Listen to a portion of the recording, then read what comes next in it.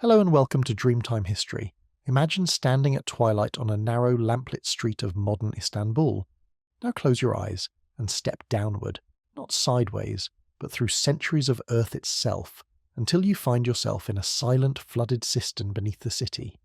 The drip of ancient water, the hush of forgotten stone, the faint echo of footsteps that vanished 1,000 years ago. This is the lost capital beneath Istanbul, where the stones remember what we have forgotten.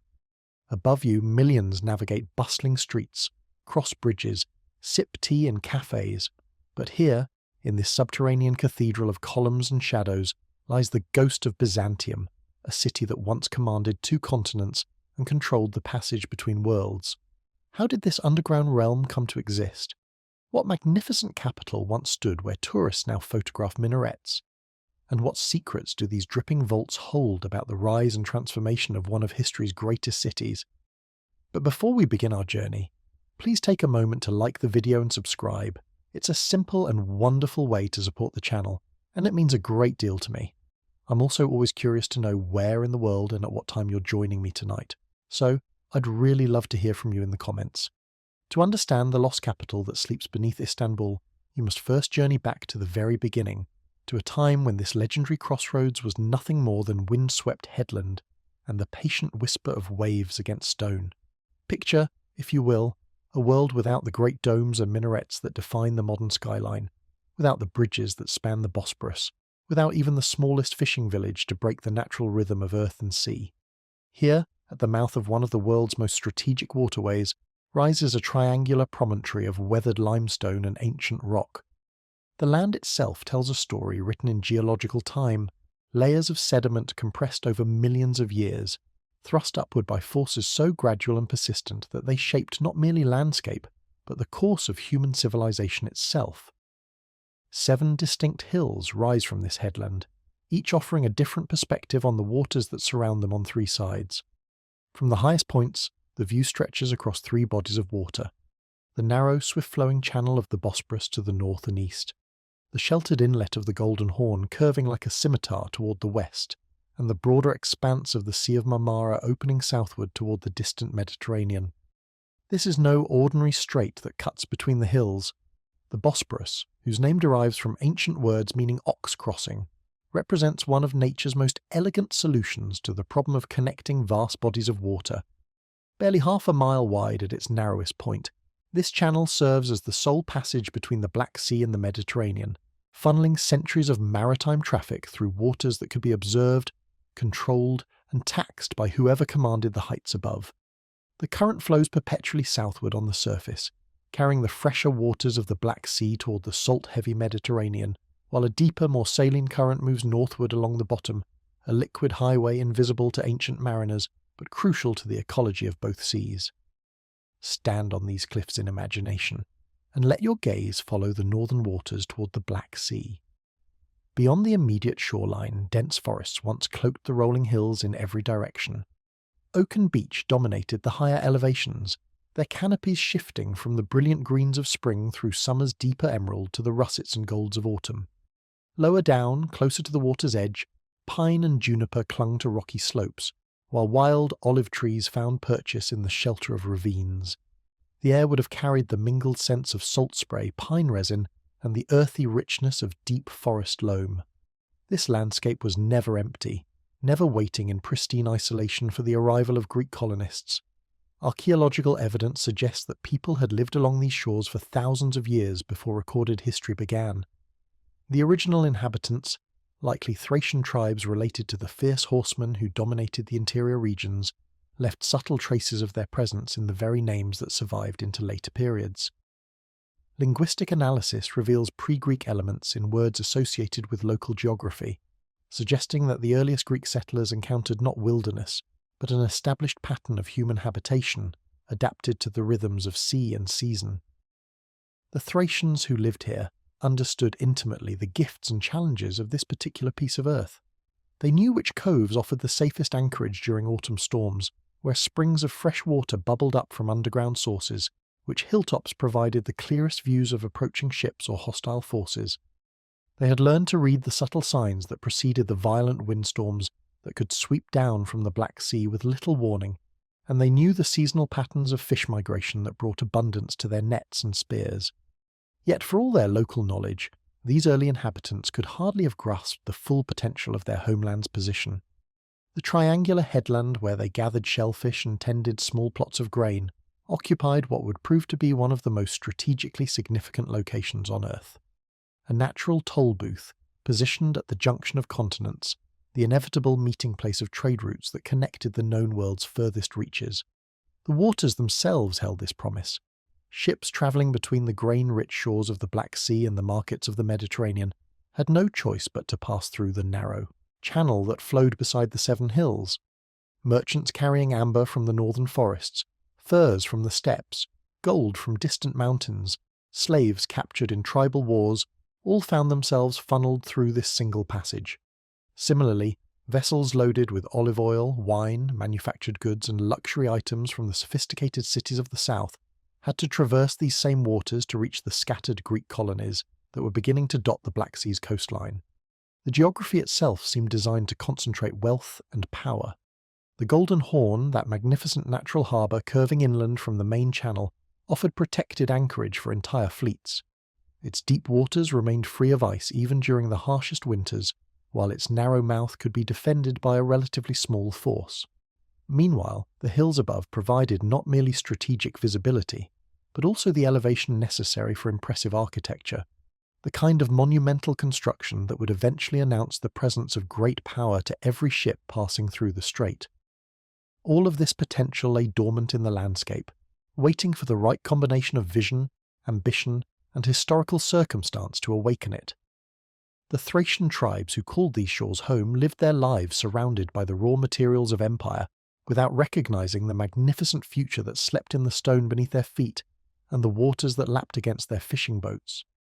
They could not have imagined that their windswept headland would one day support a city of hundreds of thousands, or that the modest trails they wore between their settlements would become the foundations of broad avenues down which emperors would process in splendour that rivaled the sun itself.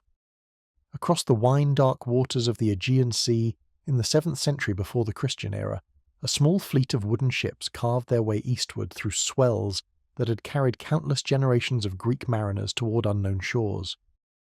These vessels, perhaps a dozen in all, represented one of the great human adventures of the ancient world, the systematic colonization that would spread Greek culture from Spain to the Black Sea, establishing outposts of Hellenic civilization in lands that had never heard the rhythms of Greek poetry or witnessed the rituals of Greek religious practice. The ships themselves embodied both the possibilities and limitations of their age, constructed from pine and oak, sealed with pitch and bound with ropes of twisted fibre. They stretched no more than 60 feet from bow to stern. Their shallow draught allowed them to navigate coastal waters and beach safely on sandy shores, while their broad beam provided stability in rough seas and space for the essential supplies of colonization. Seed grain carefully stored in ceramic jars, bronze tools wrapped in oiled leather, cooking vessels, weaving equipment, and small bronze figurines of the gods who would protect this venture into the unknown. Most precious of all was the sacred fire, tended continuously throughout the voyage, which would kindle the first hearth in the new settlement and establish an unbroken connection with the mother city. The leader of this expedition, remembered by later generations as Byzas, carried with him not merely the authority of command but the weight of prophecy and divine guidance. According to the traditions preserved by ancient historians, an oracle, perhaps from the sacred shrine at Delphi, had directed him to found his city opposite the land of the blind. This cryptic instruction would only become clear when his ships finally navigated the treacherous currents of the Bosporus, and he gazed across the strait toward the existing Greek settlement of Chalcedon, established some 17 years earlier on the Asian shore. There, spread across perfectly adequate farmland with access to fresh water and protected harbours, lay a thriving community that had somehow failed to recognise the superior advantages of the European headland just across the channel. To Byzas and his followers, such blindness to obvious geographic opportunity seemed to fulfil the oracle's words perfectly. The moment of landfall, sometime around the year 667 before Christ, marked the beginning of one of history's most consequential urban foundations.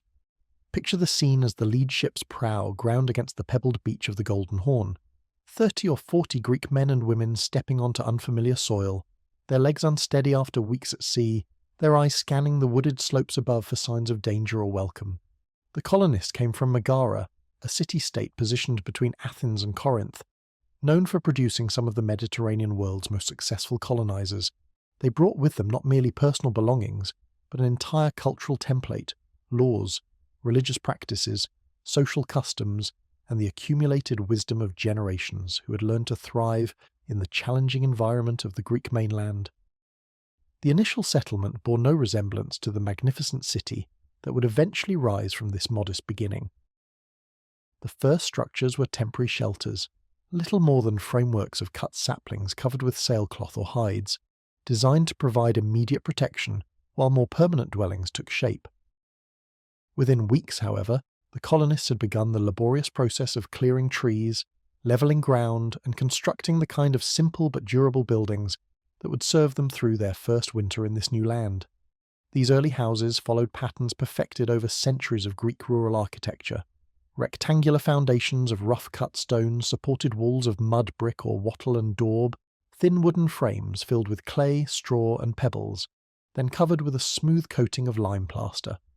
Roofs of thatch or clay tiles shed the considerable rainfall of this more northern climate, while small windows positioned to catch the morning sun provided light for the daily activities of cooking, weaving, and tool maintenance that occupied most of the colonists' waking hours.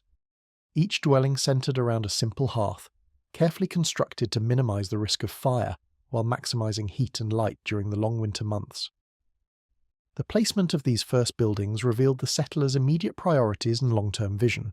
Rather than clustering their homes for mutual protection, as might have been expected in hostile territory, they spread their settlement across the most advantageous portions of the headland, claiming the best access to fresh water springs, the most fertile patches of soil, and the strategic high ground that commanded views of both the Bosporus Channel and the entrance to the Golden Horn. This pattern of development suggests that Byzantium and his followers felt confident in their safety, perhaps having established peaceful relations with the local Thracian inhabitants, or perhaps simply trusting in their superior weapons and military organization to deter any potential threats. More revealing still was their immediate attention to maritime infrastructure. Even before completing permanent housing for all the colonists, they began construction of rudimentary harbour facilities, simple stone quays where ships could tie up safely, wooden piers extending into deeper water, and storage buildings positioned near the shoreline to facilitate the rapid loading and unloading of cargo. This focus on maritime commerce reflected both immediate necessity and ambitious long-term planning. The colonists needed regular contact with their mother city of Megara for supplies, news, and reinforcements, but they also recognized that their ultimate prosperity would depend on their ability to serve the growing trade between the established Greek cities of the Aegean and the scattered settlements beginning to appear along the distant shores of the Black Sea. The selection of this particular location demonstrated remarkable strategic insight. Unlike many colonial ventures that succeeded through agricultural abundance or mineral wealth, Byzantium and his followers had chosen to stake their future on geography itself, on their ability to control and profit from one of the world's most important natural passages. Every ship seeking to carry grain from the fertile river valleys of the Black Sea region, every merchant vessel loaded with luxury goods from the sophisticated cities of Anatolia, every fishing boat or military galley navigating between the two great bodies of water would pass within sight of their new settlement, creating opportunities for trade, taxation, and the gradual accumulation of wealth that would eventually transform a modest colonial outpost into something far more significant. In the months and years following that first landfall, the small Greek settlement began the patient work of transforming wilderness into habitation. This was not the dramatic conquest celebrated in epic poetry, but rather the quiet, methodical labour that has always marked the difference between temporary camps and permanent homes. Day by day, season by season, the colonists carved their presence deeper into the landscape, adapting their Mediterranean customs to the harsher realities of this northern shore. The first task involved wresting farmable land from the dense forest that covered much of the headland. Working with bronze axes and iron tools brought from Megara, the settlers felled oak and pine trees, hauled away massive trunks, and laboriously pulled stumps from the rocky soil. The cleared timber served multiple purposes. The finest pieces became structural beams for more substantial houses, while smaller branches provided fuel for cooking fires and the essential warmth that would carry families through the long, cold winters so different from the mild seasons of their homeland. Even the ash from burned brush found use, mixed with clay to create a primitive but effective mortar for stone foundations. The soil beneath the trees proved both promising and challenging. Where centuries of fallen leaves had accumulated in protected hollows, the earth was rich and dark, perfect for the barley and wheat that formed the foundation of Greek diet. But much of the headland consisted of thin topsoil over limestone bedrock, requiring the colonists to build elaborate terraces using stones cleared from their fields. These terraced plots, retained by carefully constructed walls of fitted stone, captured precious rainwater and prevented the erosion that could wash away an entire season's planting in a single storm. Water management became an obsession that would define the settlement's character for centuries to come. The springs that bubbled up from underground sources provided sufficient fresh water for a small population, but the colonists quickly learned that their location's greatest advantage, its position on a promontory surrounded by salt water, also created its most persistent challenge. Every drop of fresh water had to be captured, stored, and conserved with religious devotion. They dug shallow wells where the bedrock allowed, constructed simple cisterns lined with clay to collect rainwater from their roofs, and developed elaborate systems for channeling runoff from the hills into stone-lined reservoirs. The harbour facilities that had been hastily constructed during the first year gradually evolved into something more sophisticated and permanent. The colonists learned to read the subtle signs of weather and season that governed safe navigation in these treacherous waters. The Bosporus current, they discovered, varied not only with the seasons but with wind direction, rainfall in the distant mountains, and even the phases of the moon. Winter brought violent storms that could dash even well-built ships against the rocky shores, while summer's calmer weather coincided with the arrival of merchant vessels seeking passage between the Aegean and the Black Sea. To accommodate this growing maritime traffic, the settlers expanded their simple stone quays into more elaborate harbour works. They dragged massive blocks of limestone from inland quarries, using techniques learned in their homeland to construct sturdy breakwaters that protected anchored ships from both storms and the constant current of the strait. Wooden piers extended into deeper water, allowing larger vessels to tie up safely while their crews conducted business on shore. Most importantly, they built covered warehouses near the waterfront, providing secure storage for the goods that increasingly formed the foundation of their prosperity. The rhythm of daily life in this growing hamlet reflected the constant tension between security and opportunity. Fishermen ventured out before dawn in small boats, their nets and lines targeting the abundant fish that fed in the nutrient-rich waters where European and Asian currents mingled. They learned to distinguish between the seasonal patterns of different species, following the migrations of tuna and sardines, adapting their techniques to local conditions that differed significantly from the familiar waters of the Aegean. Their catches provided not only food for the settlement, but also one of their first export commodities, as salted fish found eager markets among the Greek colonies scattered along distant shores. Meanwhile, the farmers tended their terraced plots with the careful attention that marginal soil demanded. They experimented with crops, discovering that while olive trees grew slowly in this climate, they eventually produced oil of acceptable quality. Grapevines, planted on south-facing slopes and protected from harsh north winds, yielded wine that, while never rivaling the famous vintages of the Greek islands, served adequately for local consumption and trade. Most crucial were the cereal crops, barley, wheat, and later oats, that provided the calories necessary to sustain a growing population through the lean months of winter. The settlement's relationship with the local Thracian tribes evolved through a complex mixture of trade, diplomacy, and occasional tension. The indigenous peoples possessed intimate knowledge of inland resources, iron deposits, timber stands, pastures suitable for livestock, while the Greek colonists offered manufactured goods, wine, and access to wider trade networks. Intermarriage between Greek men and Thracian women created family ties that helped stabilize relations, while the adoption of certain local customs in matters of clothing, food preparation, and seasonal festivals demonstrated the colonists' practical willingness to adapt their culture to local conditions. Yet challenges remained constant companions. Seasonal storms could destroy months of careful work in a single night, washing away terraces, flooding storage areas, and driving merchant ships to seek shelter in more protected harbours. The harsh winters tested every aspect of the settlement's infrastructure, from the thatched roofs that had to bear heavy snow loads to the primitive heating systems that consumed vast quantities of carefully hoarded firewood. Disease, too, took its toll, as colonists accustomed to Mediterranean diseases encountered new ailments in their northern environment. Through all these trials, however, the settlement persisted and slowly prospered. What had begun as a handful of temporary shelters had evolved into a permanent community of several hundred souls, their lives intertwined with the rhythms of the strait and the opportunities it provided.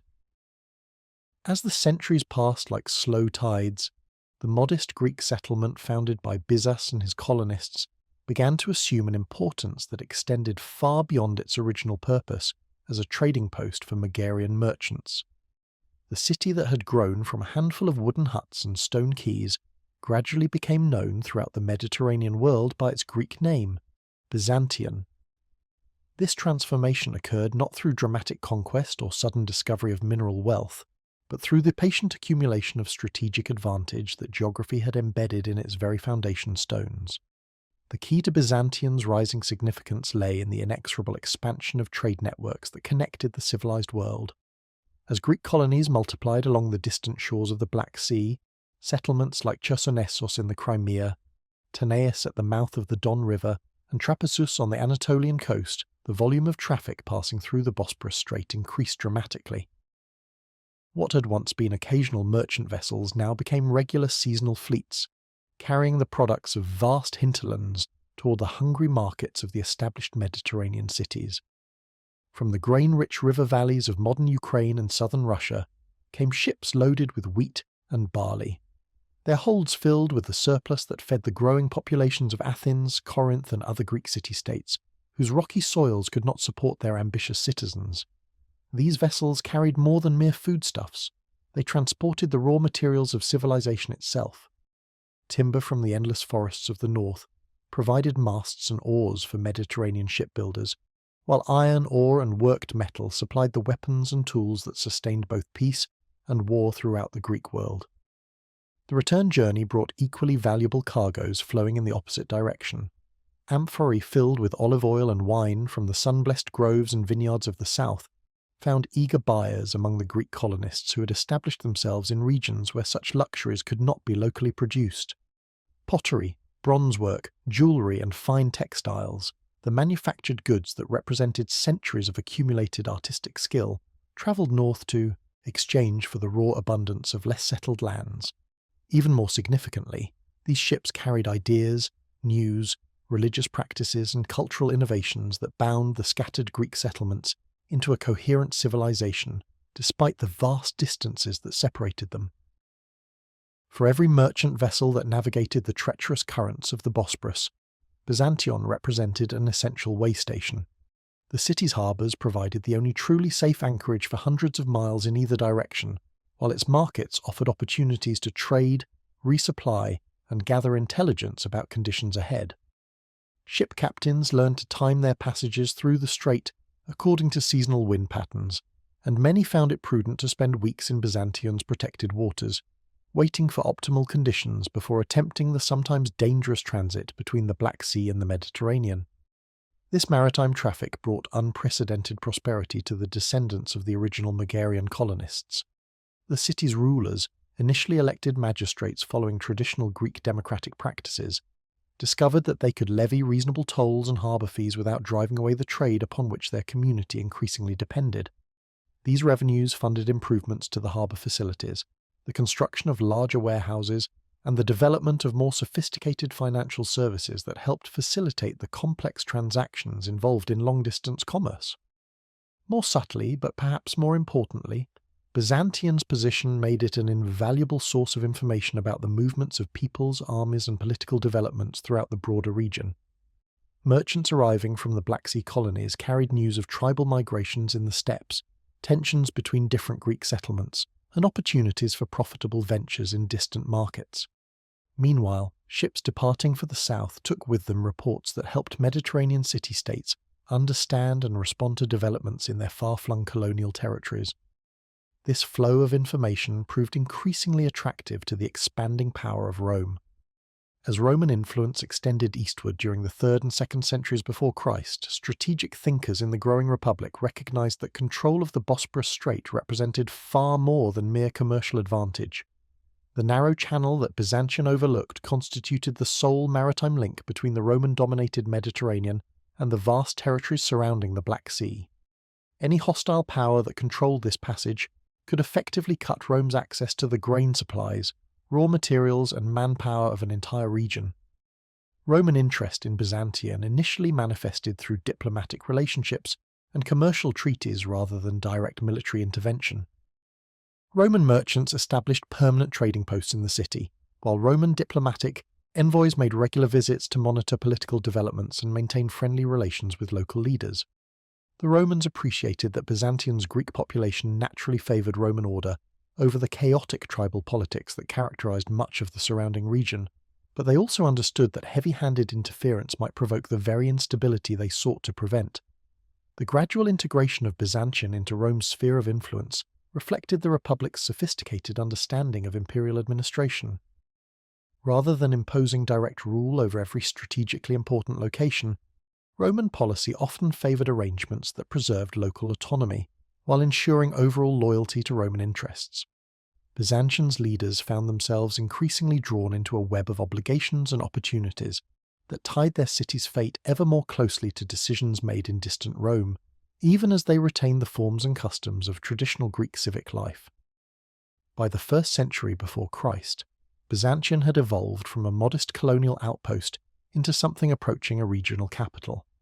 Its population had swelled to include not only the descendants of the original Greek settlers, but also immigrants from throughout the Mediterranean world, Roman administrators and merchants, Jewish traders, Syrian craftsmen, Egyptian sailors, and Germanic mercenaries.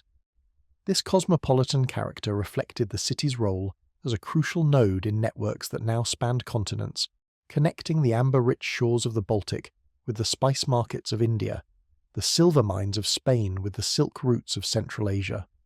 In the early decades of the 4th century after Christ, as the Roman Empire struggled with internal divisions, military pressures along its vast frontiers, and the profound social transformations accompanying the rise of Christianity, one man conceived a vision that would reshape the ancient world.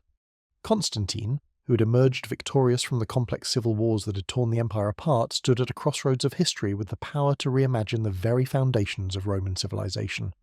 His decision to establish a new imperial capital at the site of ancient Byzantium represented far more than mere administrative reorganization. It embodied a revolutionary understanding of where the empire's future lay and how its diverse peoples might be united under a single, transcendent purpose.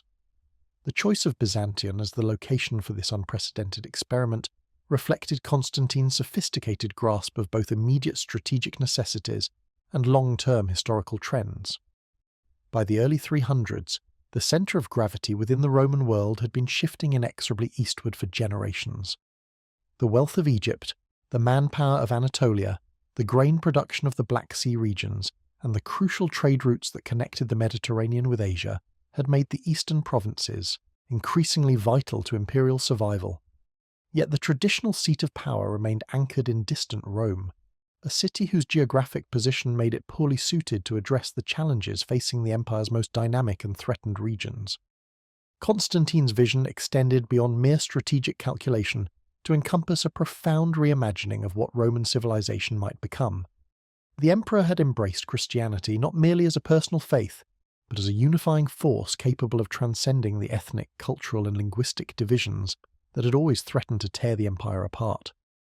In establishing his new capital, he sought to create a physical embodiment of this Christian-Roman synthesis, a city that would be unmistakably Roman in its governmental institutions and civic grandeur, yet openly Christian in its religious character and moral purpose. The site selection process, according to later accounts, involved extensive consultation with advisors, engineers, and even religious figures who understood the symbolic as well as practical dimensions of such a momentous decision.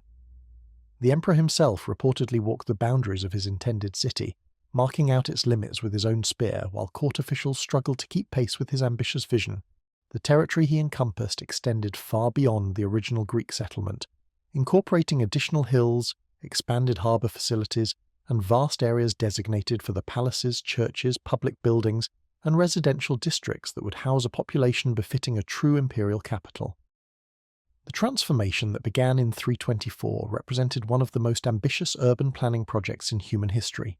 Thousands of workers converged on the ancient site from throughout the empire, stonemasons from the quarries of Egypt and Anatolia, architects trained in the classical traditions of Rome and Greece, engineers experienced in the complex challenges of water supply and urban drainage, artists and craftsmen capable of creating the decorative magnificence that imperial prestige demanded. The existing city of Byzantium virtually disappeared beneath this unprecedented construction effort, its modest Greek buildings demolished or incorporated into far grander structures that would announce the presence of a new centre of world power. The new city's walls alone represented a marvel of military engineering that surpassed even Rome's ancient fortifications. Constantine's engineers designed a defensive system that took full advantage of the site's natural strengths while addressing its potential vulnerabilities. The landward wall, stretching across the peninsula at its narrowest point, incorporated the latest developments in fortress architecture, with massive gates, defensive towers, and multiple lines of defence designed to withstand the most sophisticated siege techniques of the age. Along the seaward sides, additional fortifications protected the harbours and waterfront districts that would serve as the city's economic lifeline. Within these protective barriers, a new urban landscape took shape that consciously rivaled and in many ways surpassed the grandeur of traditional Rome. The Emperor's Palace complex occupied a commanding position overlooking both the Bosporus Strait and the Golden Horn, its reception halls, private apartments, and administrative offices designed to accommodate the elaborate ceremonial requirements of imperial court life. Nearby, the foundations were laid for a great church that would serve as the religious heart of the new Christian capital, its dimensions and decorative programme intended to demonstrate the empire's commitment to its newfound faith. The new city's streets were laid out according to a rational plan that incorporated the best features of Roman urban design while adapting them to the specific topography and needs of this unique location. Broad avenues connected the various districts, lined with covered porticos that provided shelter from weather while creating spaces for the commercial and social activities that formed the lifeblood of any great city. Public squares, markets, baths, and entertainment facilities were distributed throughout the urban area according to principles that balanced practical convenience with ceremonial grandeur. Most crucially, Constantine's planners devoted enormous attention to the infrastructure that would sustain a population of hundreds of thousands in a location that possessed limited local water sources. The aqueduct systems they designed reached far into the Anatolian hinterland, carrying fresh water across valleys and hills through engineering works that rivaled the greatest achievements of Roman hydraulic technology. Beneath the city streets, they constructed vast cisterns and underground reservoirs, creating a hidden network of water storage that would prove essential to the city's survival during future sieges and emergencies. On the 11th day of May in the year 330, after 6 years of intensive construction, Constantine formally dedicated his new capital in ceremonies that blended Christian ritual with traditional Roman pageantry. The city received the official name of New Rome, though it would soon become known throughout the world by the name that honoured its creator, Constantinople, the city of Constantine. To understand the magnitude of Constantine's achievement, you must descend beneath the bustling streets and markets of his new capital, following the hidden arteries that carried life itself through the veins of the great city. For Constantinople's most remarkable engineering triumph lay not in its visible monuments, impressive though they were, but in the vast network of tunnels, channels, and chambers that honeycombed the earth beneath its 7 hills, creating an underground realm as complex and beautiful as the city that rose above it. The challenge that faced Constantine's engineers was both simple and seemingly impossible: how to supply fresh water to a population that would eventually number in the hundreds of thousands, living on a peninsula surrounded on 3 sides by salt water. The local springs that had adequately served the modest Greek settlement of Byzantium could not begin to meet the demands of an imperial capital. The solution required reaching far beyond the city's boundaries, tapping into distant watersheds and bringing their abundance across valleys, hills, and miles of challenging terrain through some of the most sophisticated hydraulic engineering the ancient world had ever attempted. The great aqueducts that fed Constantinople stretched like stone serpents across the Anatolian landscape, their arched bridges carrying precious water from springs hidden deep in forested mountains. The longest of these systems, later known as the Aqueduct of Valens, drew its supply from sources more than 70 miles away, following a carefully calculated route that maintained the gentle gradient necessary to keep water flowing steadily toward the city. Along its length, master engineers had solved countless problems of terrain and distance, bridging valleys with soaring arcades of stone, tunneling through hills where surface construction proved impossible, creating settling tanks where sediment could be filtered from the flow before it reached the city's reservoirs. But the true marvel lay in what happened to this water once it arrived within Constantinople's walls. Rather than simply distributing it directly to homes and public buildings as many Roman cities did, the engineers created an elaborate system of underground storage that transformed the bedrock beneath the city into a vast hidden aquifer. Dozens of cisterns, some small enough to serve a single neighbourhood, others large enough to hold millions of gallons, were carved or constructed beneath Constantinople's streets and squares. The largest of these subterranean reservoirs represented architectural achievements that rivaled any surface monument. Imagine descending stone steps into the dim, cool depths beneath the city centre, your footsteps echoing in spaces that seem to extend beyond the reach of torchlight. Here, in chambers that stretch as long as great cathedrals, hundreds of columns rise from floors of dark water to support vaulted ceilings that disappear into shadow. These columns, many of them repurposed from earlier buildings or brought as tribute from distant provinces, create forests of stone reflected in the still water below, a strange, inverted architecture that exists entirely for utility, yet achieves a beauty that few surface buildings could match. The construction of these underground marvels required techniques that pushed ancient engineering to its limits. Workers first excavated enormous cavities in the living rock, hauling thousands of tons of stone and earth to the surface through narrow shafts. The walls were then lined with carefully fitted blocks and sealed with hydraulic cement that could withstand constant moisture without deteriorating. The roof systems, designed to support not only their own weight, but also the buildings and streets that would be constructed above them, employed sophisticated principles of load distribution that would not be improved upon for centuries. The columns that supported these vast underground spaces tell their own fascinating story of imperial ambition and practical necessity. Many were ancient artifacts brought from temples and public buildings throughout the empire as Constantine gathered the finest examples of classical architecture to ornament his new capital. Others were carved specifically for their subterranean purpose, their capitals decorated with motifs that few human eyes would ever see. The famous Medusa columns, whose carved heads now gaze eternally into the dark water of the great cistern, may have been positioned upside down not through carelessness, but through deliberate symbolism, the defeated powers of the pagan past literally supporting the foundations of the Christian empire. The water that filled these hidden chambers entered through carefully designed intake systems that prevented contamination while allowing for the controlled distribution that urban life demanded.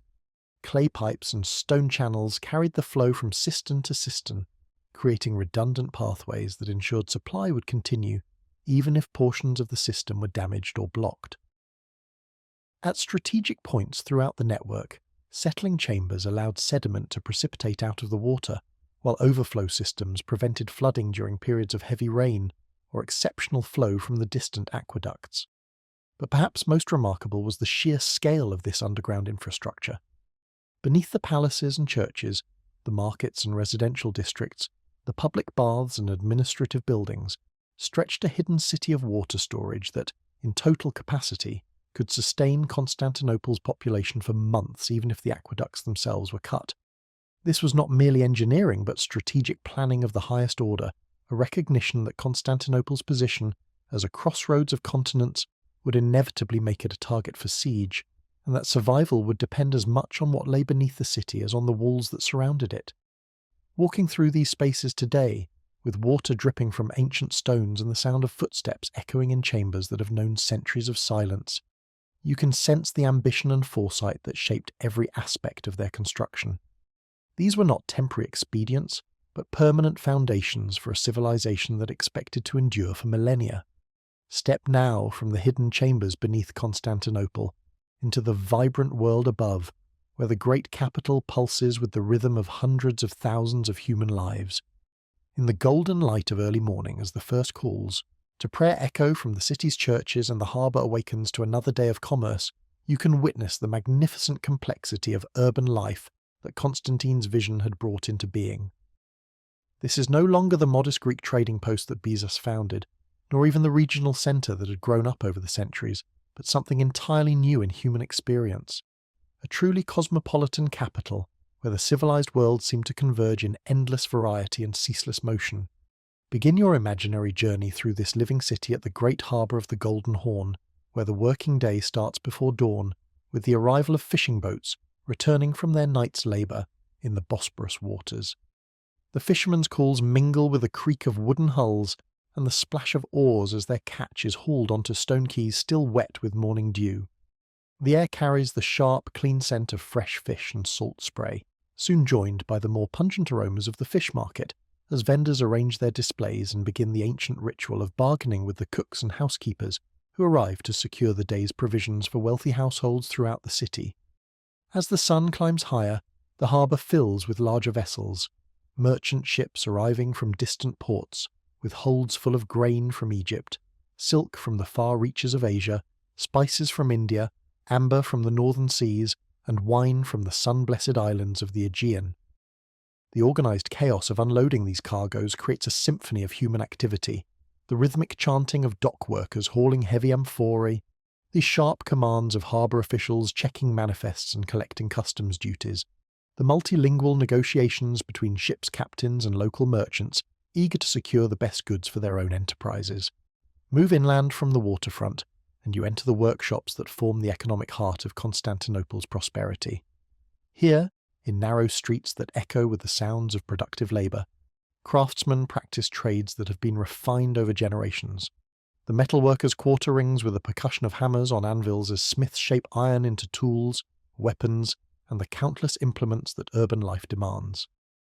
The rhythmic beating creates an almost musical background to the hiss of hot metal plunged into cooling water and the steady whoosh of bellows feeding the hungry fires of their forges. In adjacent neighbourhoods, other artisans pursue crafts that require different skills but equal dedication. Potters shape clay on wheels turned by apprentices, their hands guiding the wet earth into vessels that will carry water, store grain, or grace the tables of the wealthy. The sweet smell of wood shavings fills the carpenter's district, where skilled workers create everything from simple furniture for common households to the intricate decorative elements that adorn the city's churches and public buildings. Weavers work at looms in rooms filled with the bright colours of dyed wool and linen, their shuttles creating the textiles that clothe Constantinople's diverse population. The leather workers' street carries the distinctive odours of tanning, not pleasant to modern sensitivities, but accepted as the inevitable accompaniment to the production of the shoes, belts, horse harnesses, and military equipment that any great city requires. Even in these less fragrant quarters, the sense of purposeful activity, of human skill applied to useful ends, creates its own kind of satisfaction for those who understand the complex interdependence that makes urban civilization possible. The social fabric of this working city reveals layers of complexity that would have amazed visitors from simpler settlements.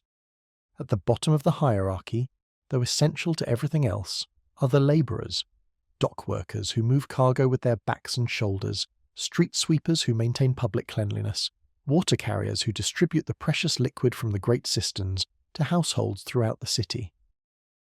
Many of these workers are immigrants from the countryside or even foreign lands drawn to Constantinople by opportunities that, while modest, exceed anything available in their places of origin.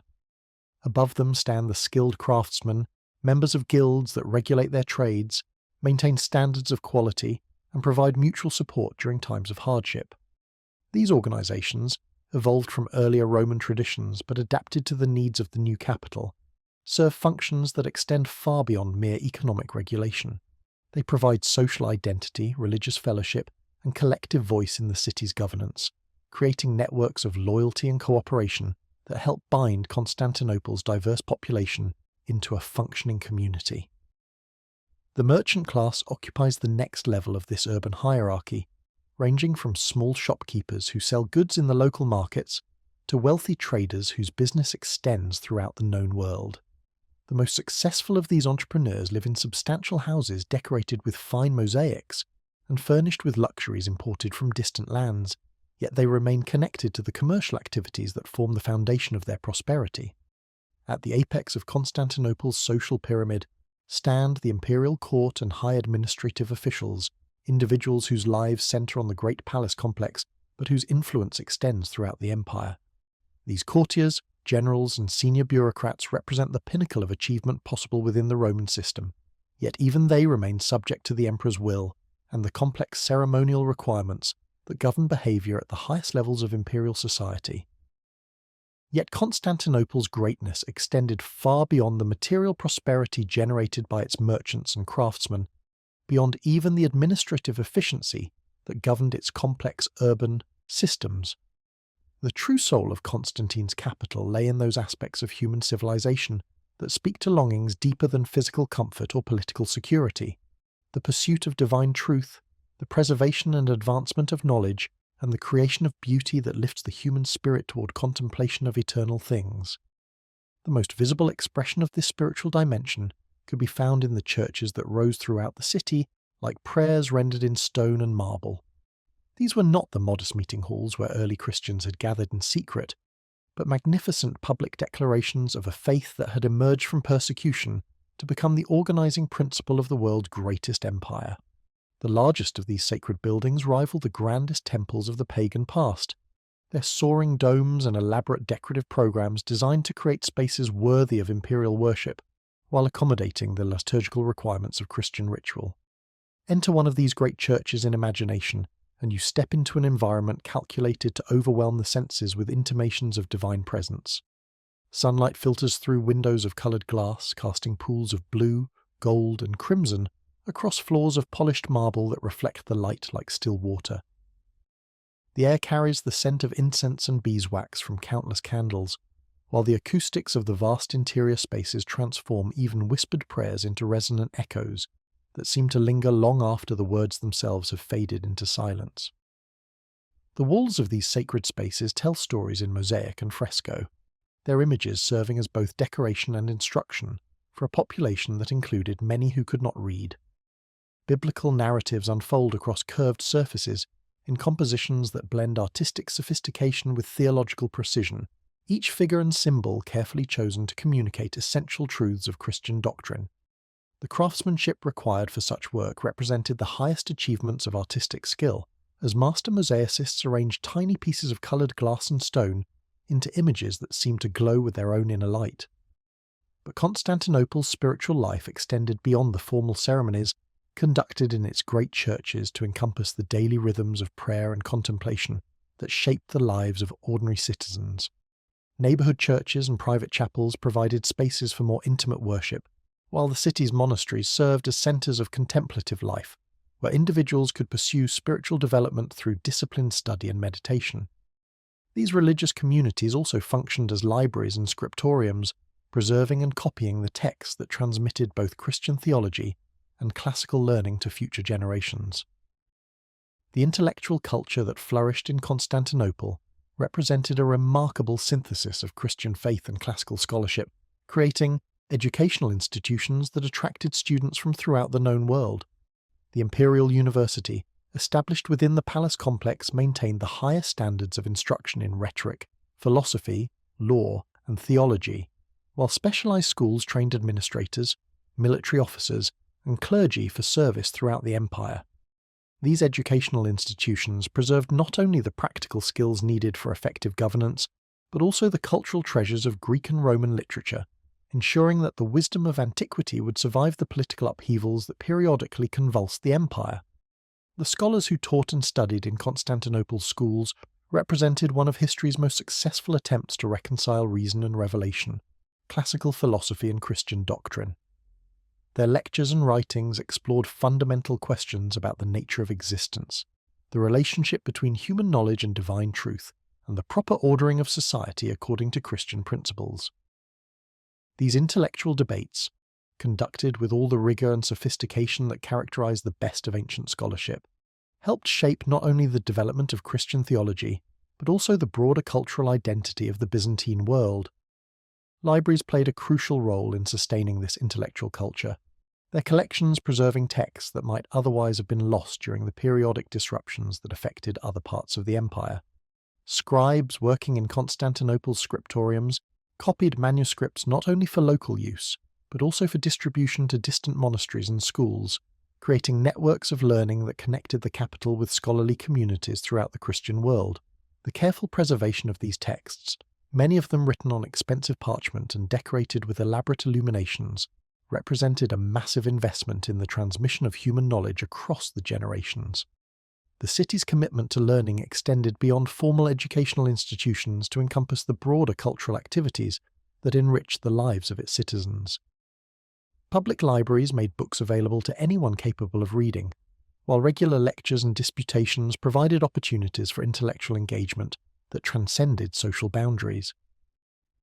The tradition of philosophical dialogue that had characterized the great schools of Athens found new expression in Constantinople's forums and porticos, where educated citizens gathered to discuss questions of theology, ethics, and natural philosophy. Musical and literary culture also flourished under imperial patronage, as composers created hymns and ceremonial music that enhanced both religious worship and state occasions. Poets writing in Greek crafted verses that celebrated Christian themes, while maintaining the formal elegance of classical literature, creating works that satisfied both aesthetic and spiritual aspirations. The imperial court itself became a centre of cultural refinement, where courtiers were expected to demonstrate not only political acumen, but also literary accomplishment and theological sophistication. This flowering of intellectual and spiritual culture did not occur in isolation from the material life of the city, but rather grew directly from the prosperity and stability that Constantinople's favourable position had made possible. The surplus wealth generated by trade and taxation provided the leisure necessary for scholarly pursuits, while the city's cosmopolitan character ensured constant exposure to new ideas and intellectual challenges from throughout the known world. Stand now at the highest point of Constantinople's Acropolis as the first light of dawn breaks over the Bosporus, and witness the awakening of the greatest city the world has yet known. Below you spreads a vast urban tapestry that embodies all the complexity and grandeur that human civilization can achieve when geography, ambition, and historical circumstance converge in perfect harmony. This is Constantinople at the zenith of its glory, a living synthesis of everything that has come before and a promise of possibilities yet to be realized. From this elevated vantage point, you can observe the intricate choreography of urban life beginning its daily cycle. The harbour waters of the Golden Horn catch and scatter, the early sunlight like scattered coins, their surface broken by the gentle movement of fishing boats returning with their night's catch, and merchant vessels preparing for departure on favourable morning winds. The forest of masts and rigging creates delicate patterns against the lightening sky, while the first smoke from countless chimneys begins to rise in thin columns that dissipate in the salt-tinged air moving inland from the sea. The great dome of the city's principal church catches the light and seems to glow from within, its golden exterior reflecting the sun's rays across the surrounding districts, like a beacon that announces Constantinople's Christian identity to every approaching ship and distant observer. Around this central monument, the 7 hills of the city reveal their own distinct characters. The administrative quarter, with its government buildings and official residences, the commercial districts where warehouses and workshops cluster near the waterfront, the residential neighbourhoods where tree-lined streets provide quiet refuges from the bustle of public life. Listen carefully, and you can hear the city's awakening in layers of sound that build and blend as more citizens begin their daily activities. The bells of numerous churches mark the hours of prayer, their bronze voices carrying across rooftops and courtyards in harmonious patterns that regulate the rhythm of urban time. From the harbour comes the creaking of rope and timber, the splash of oars, the calls of harbour masters directing the intricate dance of maritime commerce. The residential quarters contribute their own subtle symphony, the sound of water being drawn from wells and cisterns, the voices of children beginning their lessons, the measured footsteps of servants and tradesmen moving through streets that connect every district of the city in an elaborate network of human exchange. The physical structure of Constantinople reveals itself from this height as a masterpiece of urban planning that successfully integrates practical necessity with imperial grandeur. The great walls that protect the city present an unbroken line of defence stretching across the peninsula at its narrowest point. Their massive gates and towers designed not merely for military efficiency, but also to impress visitors with visible demonstrations of imperial power. Within these defences, the street system follows logical patterns that accommodate both the natural topography of the hills and the functional requirements of a major port city, creating broad avenues for ceremonial processions while maintaining intimate neighbourhoods where ordinary families can live in relative quiet. The underground infrastructure that supports this visible splendour remains hidden but ever present, like the circulatory system that sustains a living body. Beneath every street and building extends the network of cisterns and aqueducts that ensures Constantinople's survival even during the longest sieges. The water that flows through these hidden channels represents more than mere utility. It embodies the foresight and engineering skill that enable urban civilization to flourish in locations where nature alone could never support such concentrated populations. Most remarkably, Constantinople at its height represents a successful fusion of apparently contradictory elements that should have torn the city apart but instead created something entirely new in human experience. This is simultaneously a Roman city, governed according to imperial law and administered by officials trained in Roman traditions of public service, and a Greek city, where the language of daily discourse, the rhythms of intellectual life, and the cultural assumptions that shape social interaction derive from Hellenic rather than Latin sources. It is a Christian capital, where churches dominate the skyline and religious ceremonies mark the major events of public life, yet it preserves and cherishes the classical learning of pagan antiquity as an essential component of civilized culture. The city stands at the crossroads of continents, yet it has created its own distinct identity that belongs fully to neither Europe nor Asia, while drawing strength from both. It serves as the capital of a vast empire, yet it maintains the intimate scale and human proportions that allow its citizens to feel connected to their immediate neighbourhoods and local communities. It pursues wealth and political power with remarkable success, yet it never loses sight of the spiritual and intellectual values that give meaning to material prosperity. As the sun climbs higher and the full energy of the city's daily life begins to assert itself, Constantinople reveals the secret of its extraordinary achievement. This is not merely a collection of impressive buildings or a centre of profitable commerce, but a living demonstration that human beings can create urban environments that satisfy both practical needs and deeper longings for beauty, order, and transcendent purpose. The city works because all its parts, from the humblest fishing boat to the most magnificent church, from the deepest cistern to the highest palace chamber, contribute to a unified whole that is greater than the sum of its individual components. In Constantinople at its peak, the ancient dream of the perfect city seems to have found its most complete realization, creating an urban environment worthy of the civilizational ambitions that brought it into being. Yet even as Constantinople reached the heights of urban magnificence, subtle pressures were already beginning to accumulate beneath the surface of its prosperity, like hairline cracks in a marble column that remain invisible until the weight they bear finally exceeds their capacity to endure. The very success that had made the city the envy of the civilized world also transformed it into an irresistible target for every ambitious ruler, every desperate tribe, every opportunistic commander who gazed across the waters of the Bosporus and imagined the wealth that might be claimed by force of arms. The original walls that had protected Constantine's new capital, impressive though they were by the standards of their time, had been designed to defend a much smaller population against the relatively modest military technologies of the 4th century. But as Constantinople grew in size, wealth, and strategic importance, so too did the scale and sophistication of the threats that menaced its security.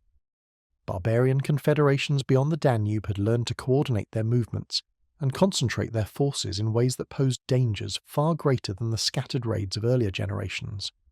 Meanwhile, rival powers within the civilized world, Persians to the east, various Germanic kingdoms to the north and west, had developed siege techniques and military organizations capable of challenging even the most formidable fortifications.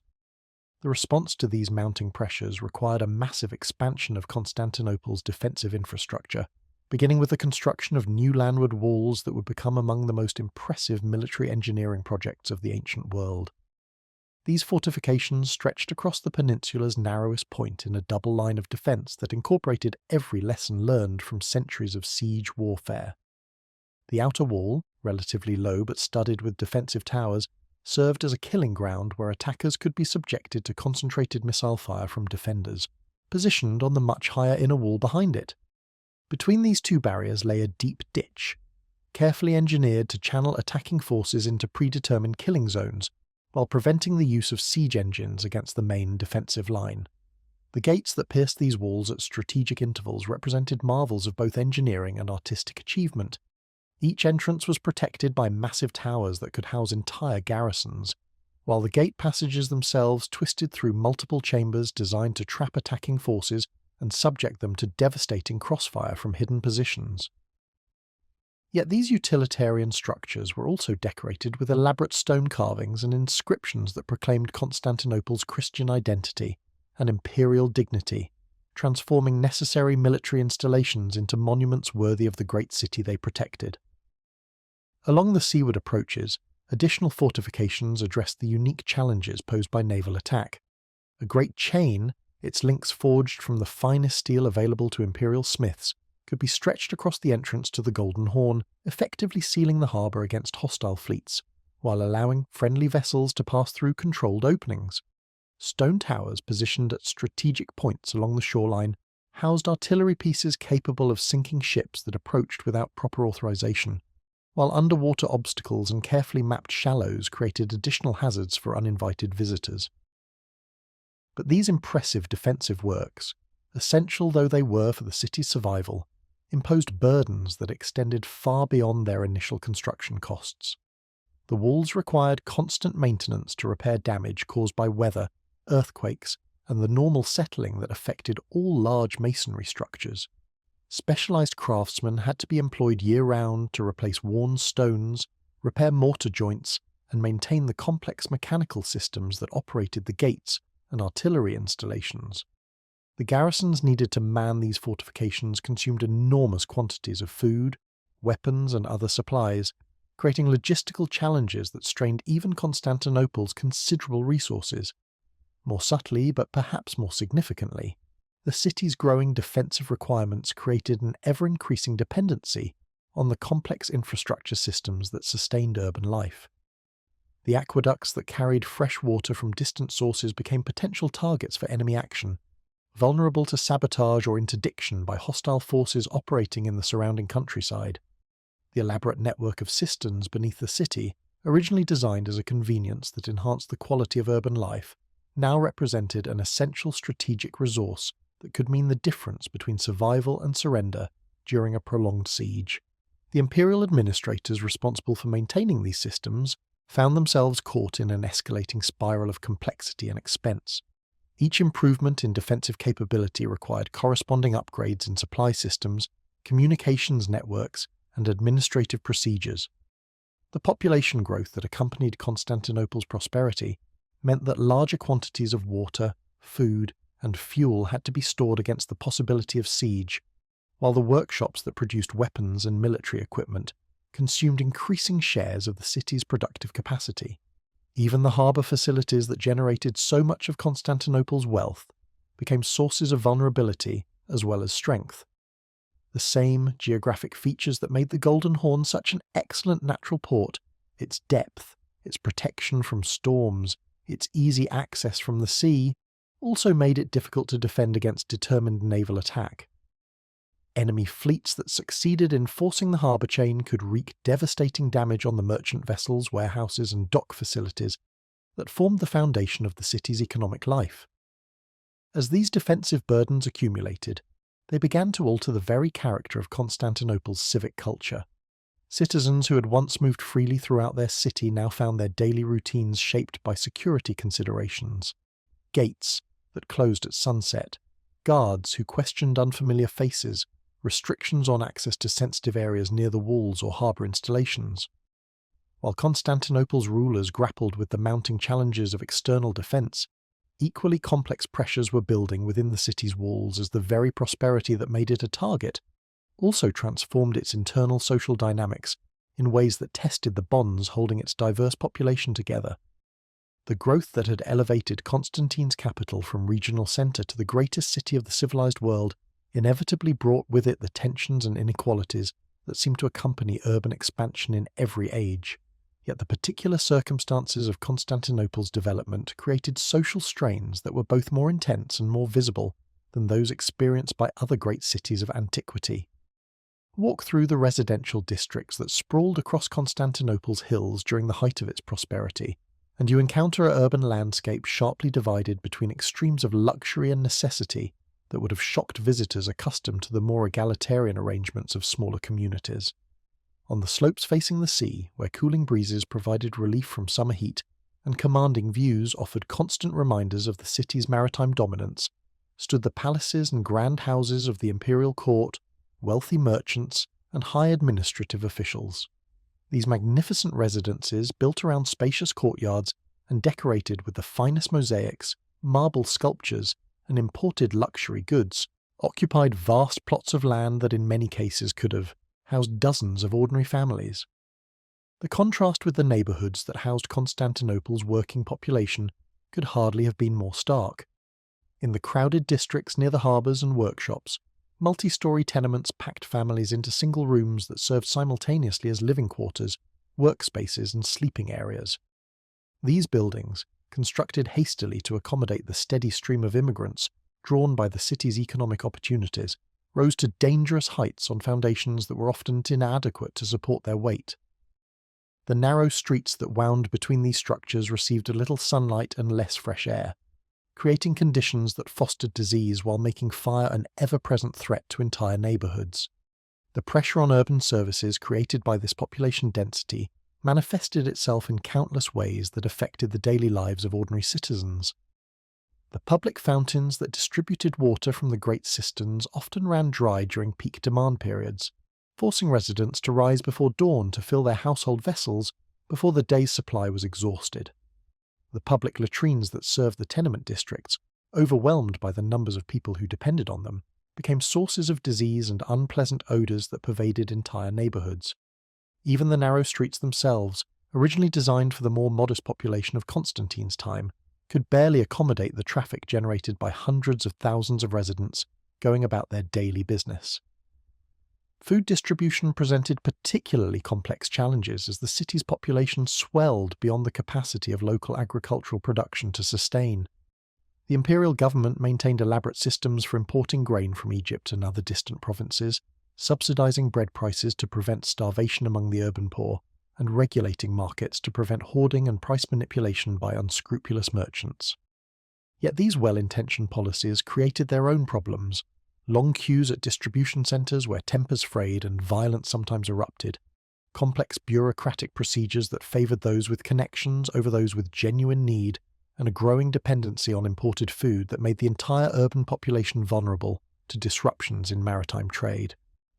The workshop districts where much of Constantinople's population earned their livelihood became theatres of intense competition as traditional craft guilds struggled to maintain their monopolies and pricing structures in the face of growing numbers of immigrants willing to work for lower wages.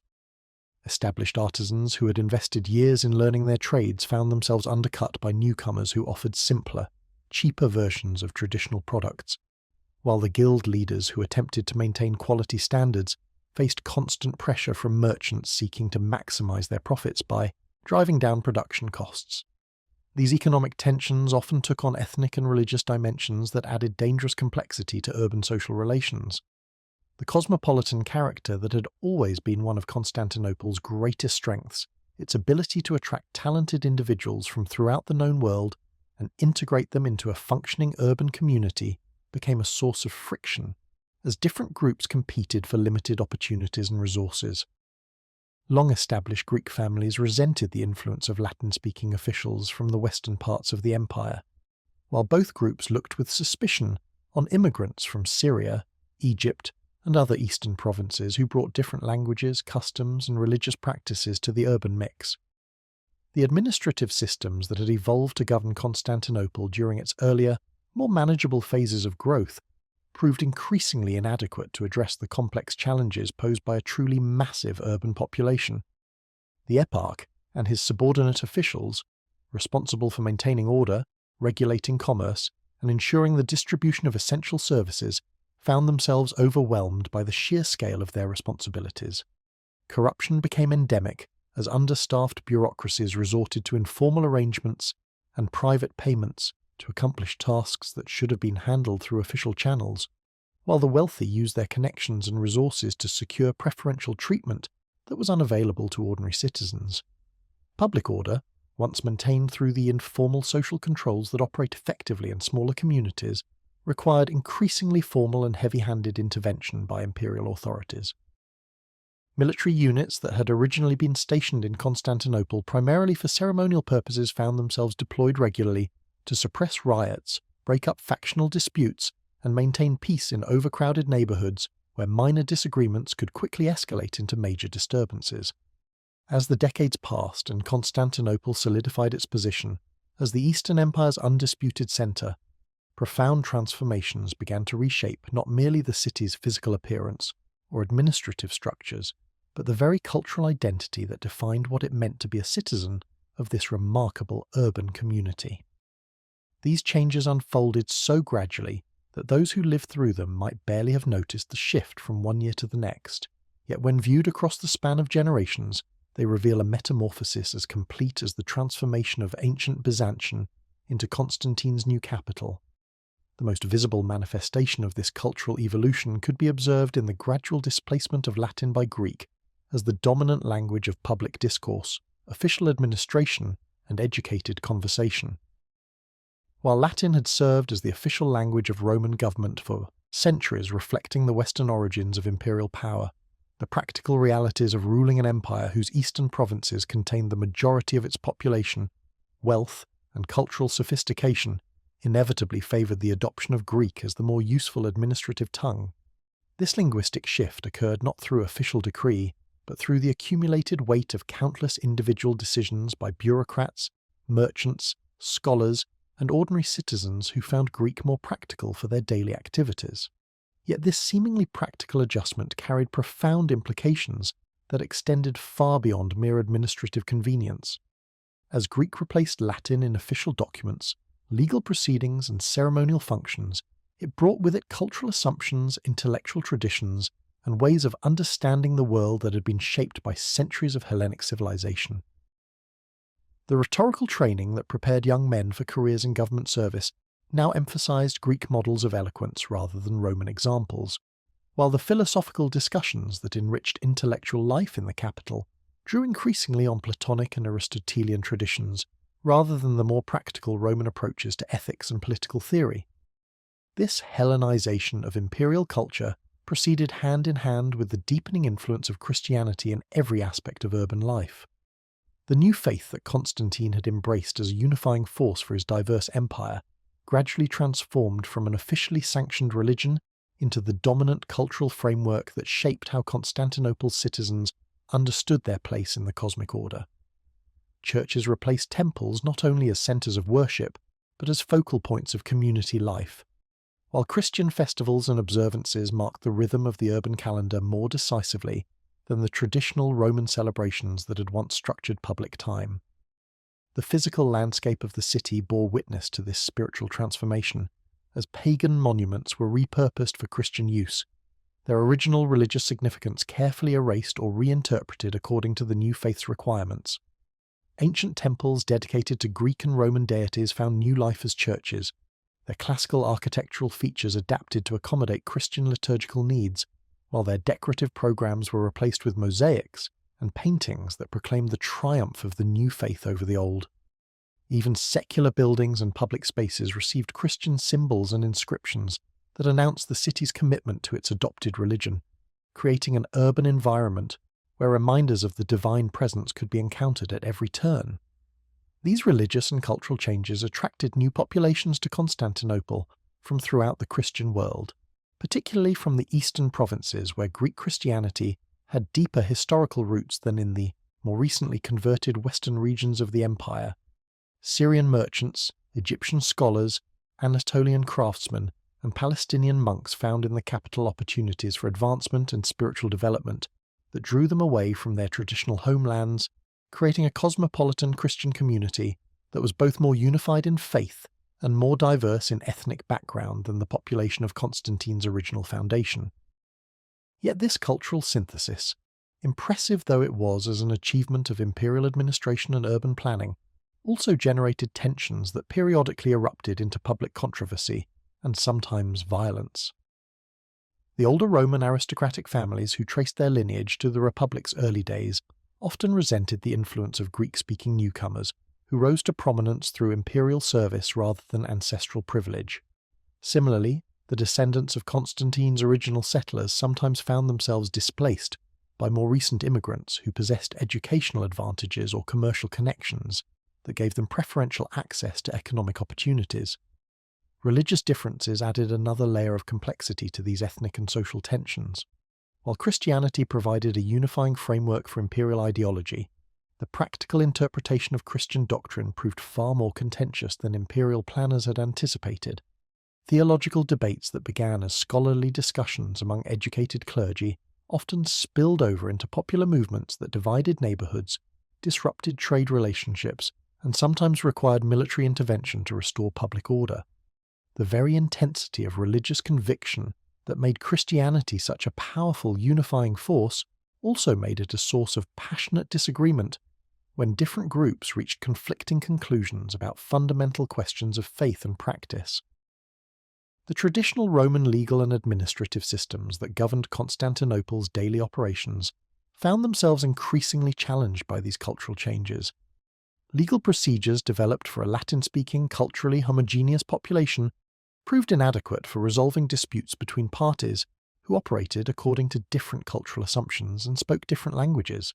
Similarly, the ceremonial protocols that regulated official functions had to be constantly adapted to accommodate the religious requirements of a Christian court, while maintaining the dignity and grandeur that imperial prestige demanded. Most subtly, but perhaps most significantly, the intellectual culture that had made Constantinople a centre of learning began to reflect this complex interplay between classical tradition and Christian innovation. Scholars found themselves navigating between their respect for ancient Greek and Roman literature, which represented the highest achievements of human reason and artistic expression, and their commitment to Christian doctrines that sometimes conflicted with the philosophical assumptions underlying classical culture. As the centuries unfolded, these gathering storm clouds periodically broke over Constantinople in waves of actual warfare that tested not merely the city's physical defences but the psychological resilience of its inhabitants. The great walls that had once seemed like permanent guarantees of security were revealed, through the harsh experience of repeated sieges, to be no more invulnerable than any other human construction when faced with sufficient determination, advanced military technology, and the accumulated weight of sustained assault. The first great test came when Attila's Hunnic confederation swept across the Danube frontier like a force of nature, their mounted archers covering ground at speeds that rendered traditional defensive strategies obsolete. The terror that preceded their approach was almost as devastating as their actual presence, as refugees fleeing from the devastated provinces brought tales of cities burned, populations scattered, and entire regions reduced to smoking wastelands. Constantinople's citizens, watching from their walls as streams of displaced persons sought shelter within the city's protective embrace, could no longer maintain comfortable illusions about their own immunity from the violence consuming the empire's periphery.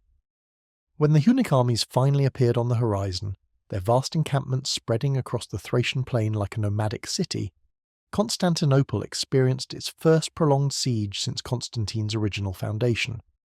The psychological impact of seeing enemy campfires glowing beyond the walls each night, of hearing the sound of siege engines being constructed just beyond bowshot, of enduring the steady rain of arrows that made movement in the outer districts dangerous, fundamentally altered how the city's residents understood their place in the world. The siege itself, though ultimately unsuccessful, revealed weaknesses in the urban systems that had seemed so admirably designed during peacetime. The great cisterns that stored the city's water supply proved inadequate when the population swelled with refugees from the surrounding countryside, forcing authorities to implement strict rationing that left families queuing for hours to receive their daily allocations. The granaries that had held comfortable surpluses during normal times were stretched thin by the additional mouths to feed, while the harbour that had brought prosperity through trade became a vulnerability as enemy forces threatened the sea lanes that carried essential supplies. More subtly, but perhaps more significantly, the siege demonstrated how quickly urban civilization could revert to more primitive conditions when external pressures exceeded the capacity of administrative systems to maintain normal order.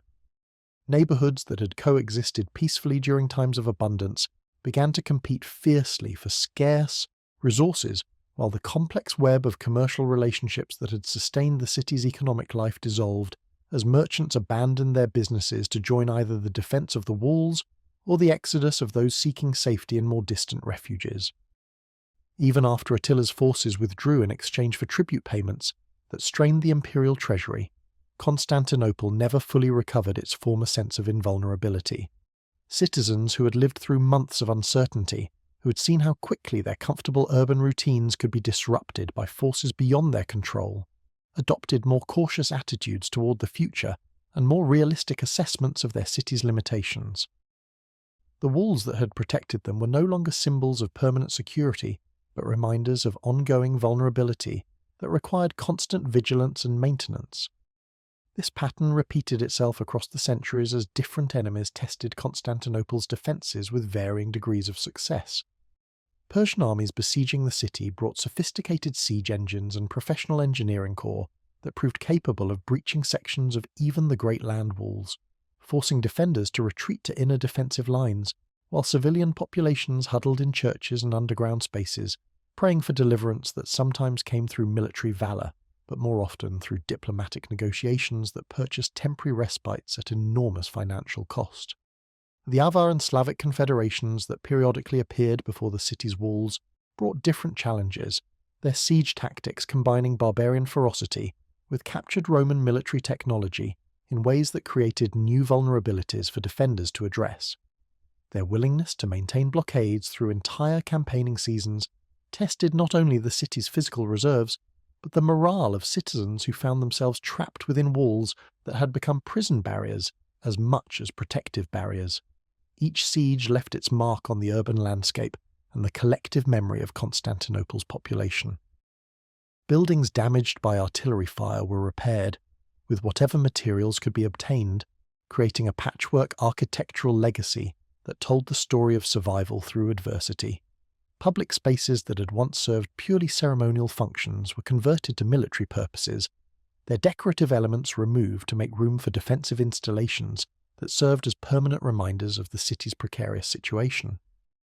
The most devastating psychological impact came from the gradual realization that Constantinople's enemies were learning from each failed assault, developing new techniques and technologies that made future attacks more dangerous than previous ones.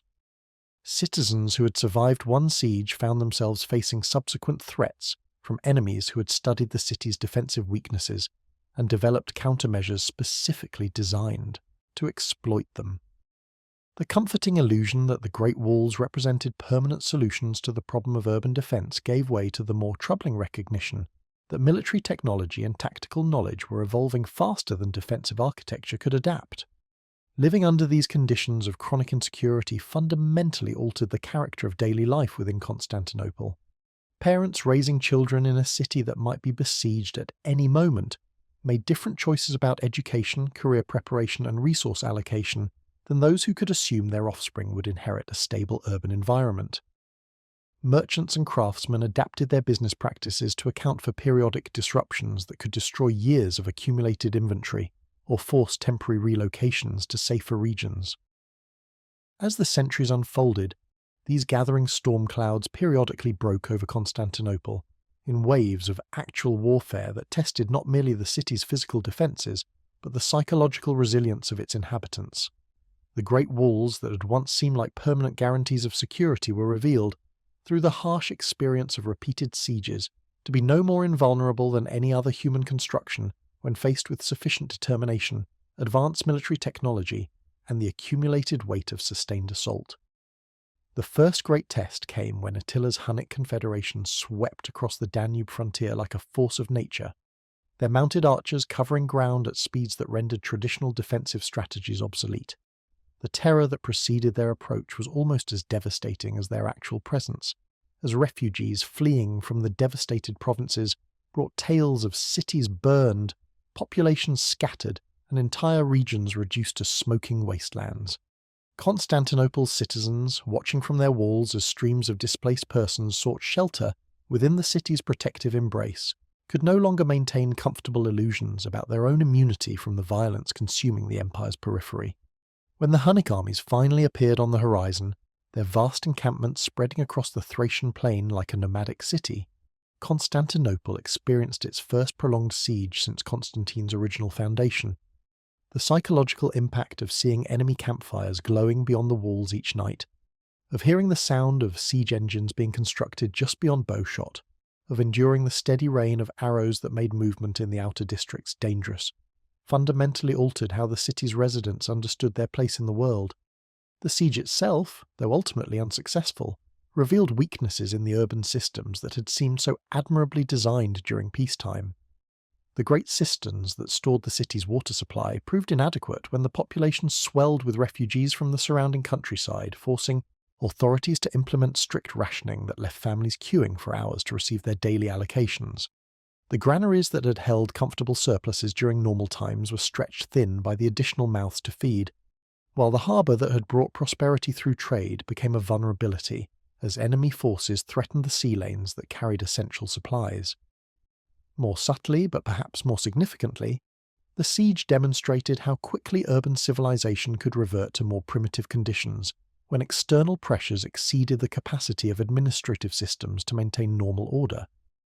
Neighbourhoods that had coexisted peacefully during times of abundance began to compete fiercely for scarce resources, while the complex web of commercial relationships that had sustained the city's economic life dissolved as merchants abandoned their businesses to join either the defence of the walls or the exodus of those seeking safety in more distant refuges. Even after Attila's forces withdrew in exchange for tribute payments that strained the imperial treasury, Constantinople never fully recovered its former sense of invulnerability. Citizens who had lived through months of uncertainty, who had seen how quickly their comfortable urban routines could be disrupted by forces beyond their control, adopted more cautious attitudes toward the future and more realistic assessments of their city's limitations. The walls that had protected them were no longer symbols of permanent security, but reminders of ongoing vulnerability that required constant vigilance and maintenance. This pattern repeated itself across the centuries as different enemies tested Constantinople's defences with varying degrees of success. Persian armies besieging the city brought sophisticated siege engines and professional engineering corps that proved capable of breaching sections of even the great land walls, forcing defenders to retreat to inner defensive lines, while civilian populations huddled in churches and underground spaces, praying for deliverance that sometimes came through military valour but more often through diplomatic negotiations that purchased temporary respites at enormous financial cost.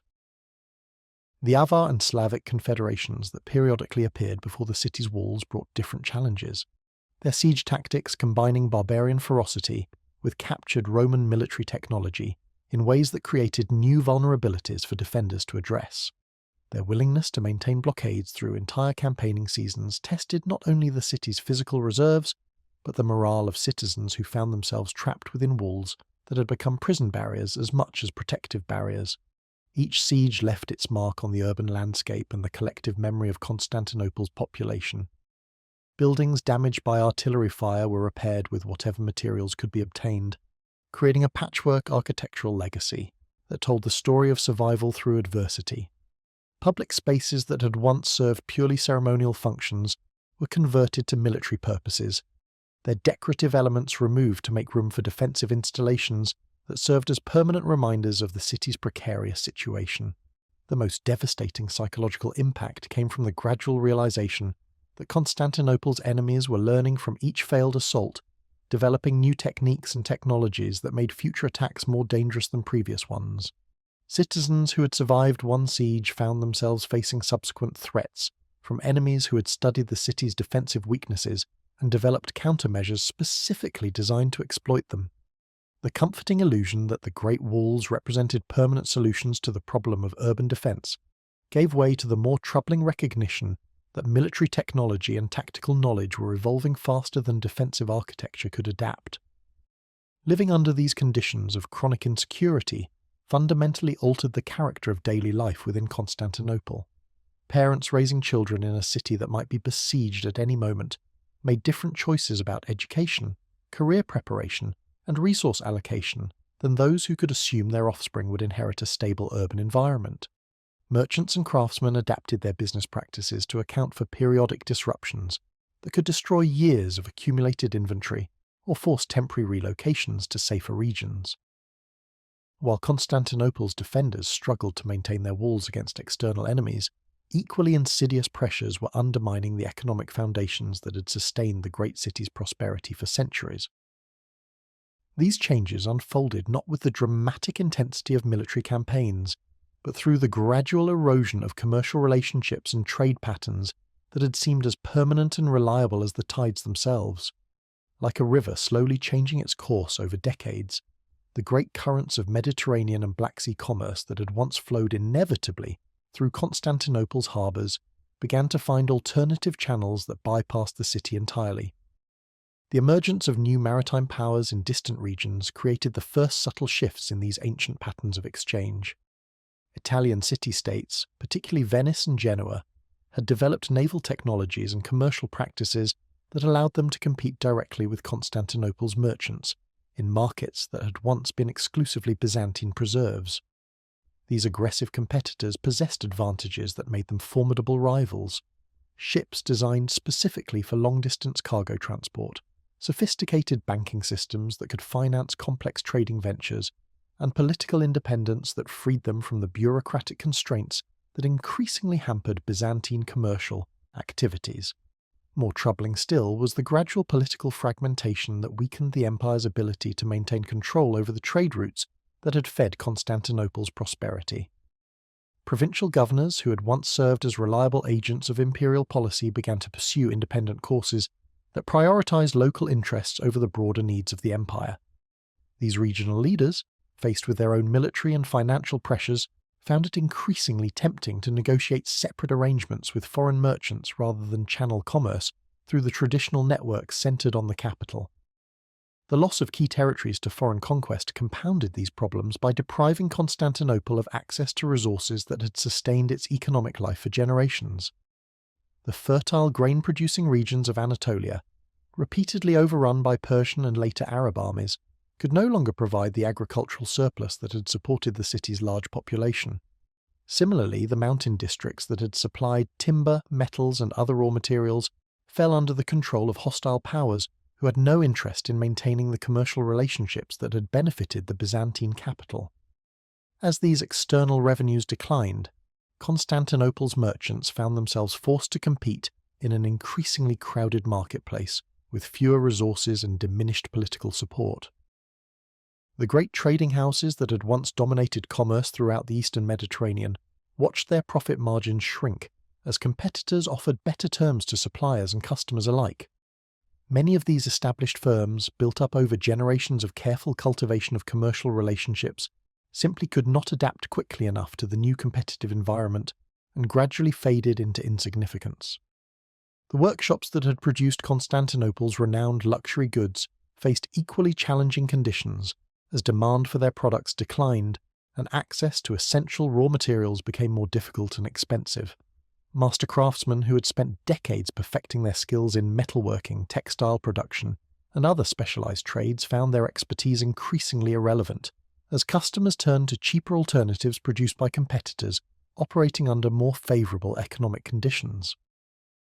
The gradual contraction of the city's economic base had cascading effects throughout Constantinople's complex urban systems. Fewer functioning workshops meant less employment for the skilled artisans who had formed the backbone of the city's middle classes, while reduced tax revenues forced imperial authorities to defer maintenance on the infrastructure that had once been a source of civic pride. The great aqueducts that carried fresh water from distant sources required constant attention to repair damage caused by weather, earthquakes, and simple aging. but the specialized craftsmen and expensive materials needed for such work were increasingly difficult to obtain. Harbour facilities that had once bustled with activity began to show signs of neglect as reduced shipping volumes made elaborate maintenance projects economically unjustifiable. Piers that had accommodated the largest vessels of their era gradually deteriorated until they could safely handle only smaller ships, while warehouses that had stored the goods of merchants from throughout the known world stood increasingly empty, their owners unable to afford repairs that would have been routine during more prosperous times. The decline in commercial activity created a vicious cycle that accelerated the city's economic problems. Merchants who might once have established permanent operations in Constantinople found it more profitable to conduct their business in other ports where infrastructure was better maintained and commercial opportunities more abundant. The departure of these international traders deprived the city not only of their direct economic contributions, but also of the networks of relationships that had connected Constantinople to markets throughout the Mediterranean world. Local businesses that had depended on serving the needs of this cosmopolitan commercial community found their customer base steadily shrinking.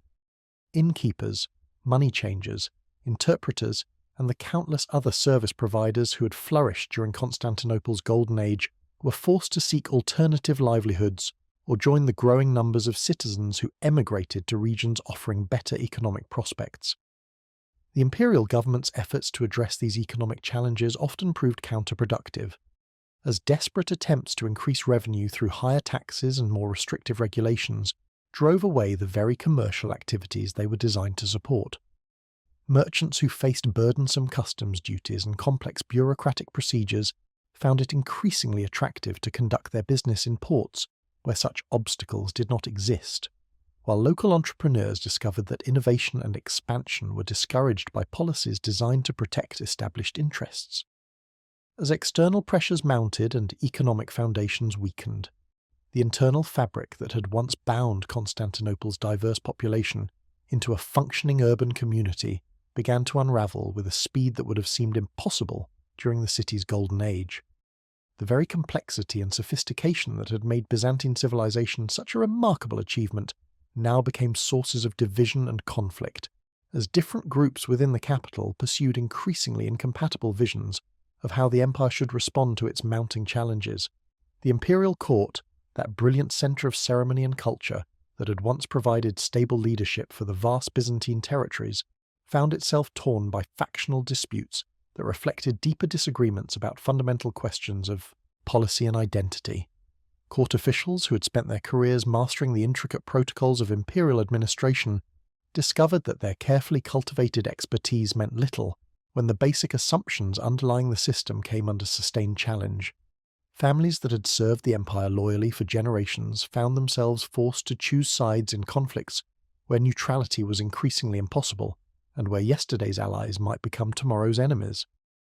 Religious controversies provided some of the most divisive sources of internal conflict, as theological disputes that had once been confined to scholarly debates among educated clergy spilled over into popular movements that divided neighbourhoods, disrupted commercial relationships, and sometimes required military intervention to restore even temporary order.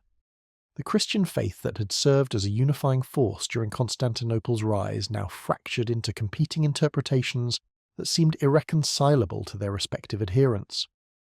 Bishops who had once cooperated in maintaining the spiritual welfare of the urban population found themselves leading rival factions whose members viewed their opponents not merely as mistaken, but as dangerous enemies of divine truth. These doctrinal conflicts were complicated by their intersection with ethnic and linguistic divisions that had been relatively dormant during more prosperous times. Greek-speaking traditionalists who traced their cultural heritage to classical antiquity found themselves at odds with Latin-influenced reformers who sought to maintain closer ties with the western portions of the empire. Meanwhile, immigrants from Syria, Egypt, and other eastern provinces brought their own theological perspectives and cultural practices, creating additional layers of complexity in religious debates that were already difficult enough to resolve when conducted among culturally homogeneous populations. The aristocratic families who had dominated Constantinople's social and political life for generations discovered that their traditional sources of authority were being challenged by newer elites whose wealth derived from different economic activities and whose loyalty to established institutions was correspondingly weaker.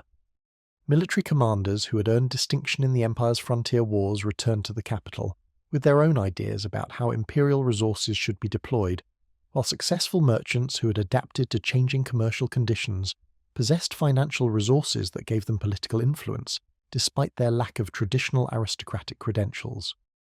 These competing elites pursued their rivalry through increasingly desperate measures as the stakes of political conflict rose along with the external threats facing the empire. Alliances formed and dissolved with bewildering rapidity as different factions sought to gain temporary advantages over their rivals, while the bribery, intimidation, and occasionally outright violence that accompanied these power struggles undermined the respect for law and established procedure that had once maintained order within the imperial system. The emperor himself, theoretically, the final arbiter of all disputes and the source of ultimate authority within the Byzantine hierarchy, often found his position weakened rather than strengthened by these internal conflicts. Rival factions sought to manipulate imperial decisions by controlling access to information, limiting the emperor's contact with alternative viewpoints, and presenting their own partisan interpretations of events as objective assessments of the empire's needs. Emperors who attempted to maintain independence from factional pressure discovered that their isolation from reliable sources of support made them vulnerable to palace coups and other forms of direct challenge to their authority. The administrative apparatus that had once efficiently managed the complex business of governing a vast empire began to break down as different departments pursued conflicting policies and competing bureaucratic hierarchies emerged to serve the interests of rival political factions. Officials who should have been cooperating to address the empire's external challenges instead devoted their energies to internal battles for control over resources, appointments, and policy decisions. The result was a gradual paralysis of governmental functions that left crucial problems unaddressed, while the empire's enemies grew stronger and more confident. Common citizens, caught between these competing centres of authority, found their daily lives disrupted by conflicts they neither fully understood nor could effectively influence. Merchants discovered that commercial agreements negotiated with one set of officials might be repudiated by their factional opponents, while craftsmen found that guild regulations and trade policies changed unpredictably as different groups gained temporary ascendancy in the imperial administration. Perhaps most tragically, the intellectual and cultural achievements that had made Constantinople a beacon of civilization began to suffer as scholars, artists, and religious thinkers were forced to choose sides in political conflicts that had little to do with the pursuit of knowledge or spiritual truth. While Constantinople's political elites fought their increasingly desperate battles for influence and control, a more fundamental crisis was unfolding in the hidden spaces beneath their feet and within the massive stone structures that had sustained urban life for centuries. The great infrastructure systems that Constantine's engineers had designed to support an imperial capital, the aqueducts, cisterns, walls, and harbour installations, required constant maintenance by skilled craftsmen using expensive materials and sophisticated techniques that were becoming increasingly difficult to obtain as the empire's resources dwindled and its administrative capacity weakened. Descend once more into the underground chambers where Constantinople's water had been stored for generations, and you encounter spaces transformed by neglect from places of functional beauty into monuments to the fragility of human achievement. The cisterns that had once held millions of gallons of crystal-clear water now stand partially empty, their ancient brick walls weeping moisture through mortar joints that have gradually deteriorated over decades of deferred maintenance. The forest of columns that had created such mysterious beauty in these subterranean spaces now includes pillars whose foundations have shifted as the earth beneath them settled, creating subtle but ominous cracks in the vaulted ceilings they were designed to support. The sound of dripping water, once barely noticeable as fresh supplies flowed steadily through the distribution system, has become a constant reminder of structural failure as leaks develop faster than the reduced crews of maintenance workers can repair them. Each drop that falls from a compromised joint represents not merely wasted water, but evidence of a system whose complex interdependencies are slowly breaking down, one component failure triggering others in a cascade of deterioration that accelerates despite the desperate efforts of those responsible for preventing it. Above ground, the great aqueducts that had carried fresh water across valleys and hills from distant mountain sources bear the visible scars of similar neglect and occasional sabotage by enemy forces operating in the countryside. Stone arches that had withstood centuries of weather and earthquakes now show gaps where individual blocks have fallen and not been replaced, forcing the remaining structure to carry loads it was never designed to bear. The lead pipes that had channeled water through these magnificent stone channels have been stripped away in many sections, either by thieves seeking valuable metal or by local populations desperate for materials to repair their own deteriorating infrastructure. The maintenance crews responsible for keeping these systems functional face challenges that would have seemed insurmountable to their predecessors during Constantinople's Golden Age. The specialized lime mortars that had originally sealed joints and prevented water loss required ingredients that were increasingly expensive and difficult to obtain, while the skilled stonemasons capable of replacing damaged blocks demanded wages that strained budgets already stretched thin by military expenses and tribute payments to hostile neighbors. Each repair that was postponed due to financial constraints created additional problems that multiplied the cost and complexity of eventual maintenance, trapping the city's administrators in a cycle of deterioration that seemed impossible to break. The great walls that protected Constantinople from external enemies revealed similar patterns of slow decay disguised by their massive scale and apparent permanence. From a distance, these fortifications retained their imposing appearance, their towers and battlements still projecting an aura of invincible strength that had once been more than mere illusion. But closer inspection revealed troubling signs of structural weakness.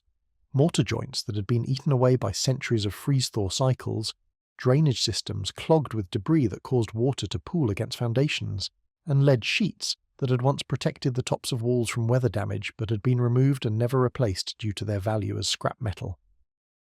The gates that controlled access through these defensive barriers required particularly intensive maintenance to keep their complex mechanical systems operational, but the bronze fittings, iron hinges, and wooden structural elements that enabled them to function properly were exactly the sorts of expensive, specialized components that became most difficult to maintain as resources grew scarce.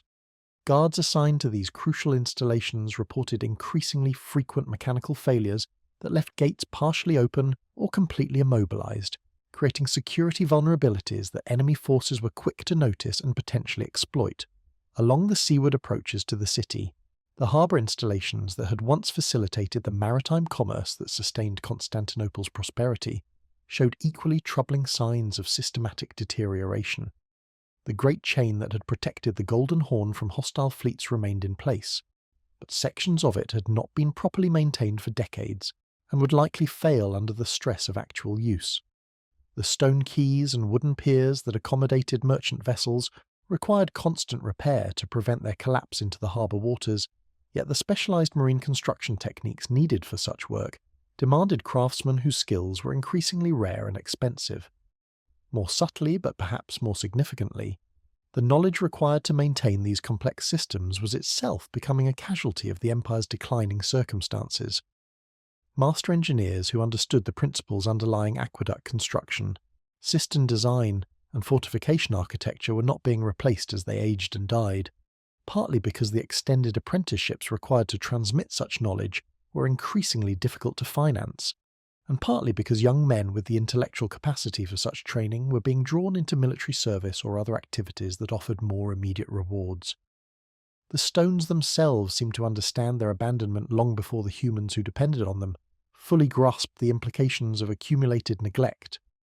In the deepest cisterns, in the highest towers of the land walls, in the most exposed sections of the aqueducts, a patient process of decay was transforming the permanent into the temporary, the eternal into the merely historical, as Constantinople's physical foundations slowly prepared for their return to the earth from which they had been so laboriously carved centuries before.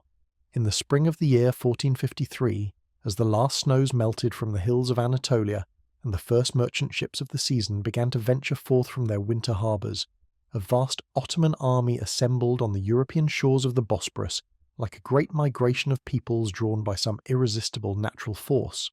This was not the chaotic barbarian horde that had periodically threatened Constantinople in earlier centuries, but a sophisticated military organisation that represented the culmination of generations of Ottoman expansion and the pinnacle of medieval siege warfare technology. The young Sultan Mehmed, barely 21 years of age but already hardened by campaigns that had tested his strategic vision and political acumen, gazed across the narrow channel of water that separated his forces from the greatest prize in the civilized world.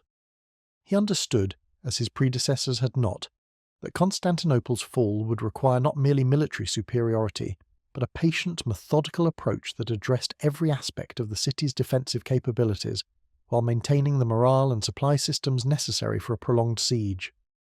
The preparations that unfolded over the following weeks revealed the extraordinary resources that the Ottoman Empire could now bring to bear against its enemies.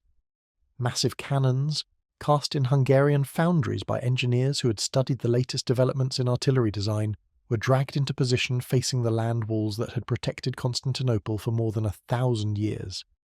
These weapons, far larger and more powerful than any siege engines the city had previously faced, represented a technological revolution that rendered traditional fortification architecture obsolete almost overnight. Yet for all their awesome destructive potential, these great guns were merely one component of a siege system that addressed every aspect of urban warfare with unprecedented sophistication. Ottoman naval forces moved to blockade the sea approaches that had historically provided Constantinople with supplies and reinforcement, while engineers began construction of wooden bridges that would allow troops and equipment to cross the Golden Horn despite the great chain that blocked direct access to the harbour. Within the city's walls, the last Byzantine emperor, Constantine Palaiologos, prepared for what he surely understood would be either his greatest triumph or his final hour. The empire he ruled had been reduced to little more than Constantinople itself and a few scattered outposts, yet the symbolic importance of the ancient capital remained so profound that its loss would represent the end of a continuity stretching back more than 2,000 years to the original Greek settlement founded by Byzas. The defenders who gathered honour, the Great Walls to face this ultimate test represented not merely the remnants of Byzantine military power, but a cross-section of the Mediterranean world that had found in Constantinople a final refuge against the advancing tide of Ottoman expansion. Genoese merchants who had established themselves in the city's commercial district stood alongside Greek craftsmen whose families had lived within these walls for generations. Hungarian volunteers who had travelled vast distances to participate in this climactic struggle worked with Italian engineers to repair damage inflicted by the massive cannons that pounded the fortifications day and night. As the siege progressed through the long spring days, the rhythms of daily life within Constantinople gradually adapted to conditions that would have seemed impossible during the city's prosperous centuries. Citizens who had once taken the security of their walls for granted now moved through streets that echoed with the crash of falling stones and the distant rumble of enemy artillery. The great cisterns that had once provided abundant fresh water became precious strategic resources that were carefully rationed and zealously guarded, while the workshops that had produced luxury goods for international markets were converted to manufacture weapons and repair equipment for the desperate defence. The psychological pressure of living under constant bombardment proved as challenging as the physical dangers that accompanied each foray outside protective buildings.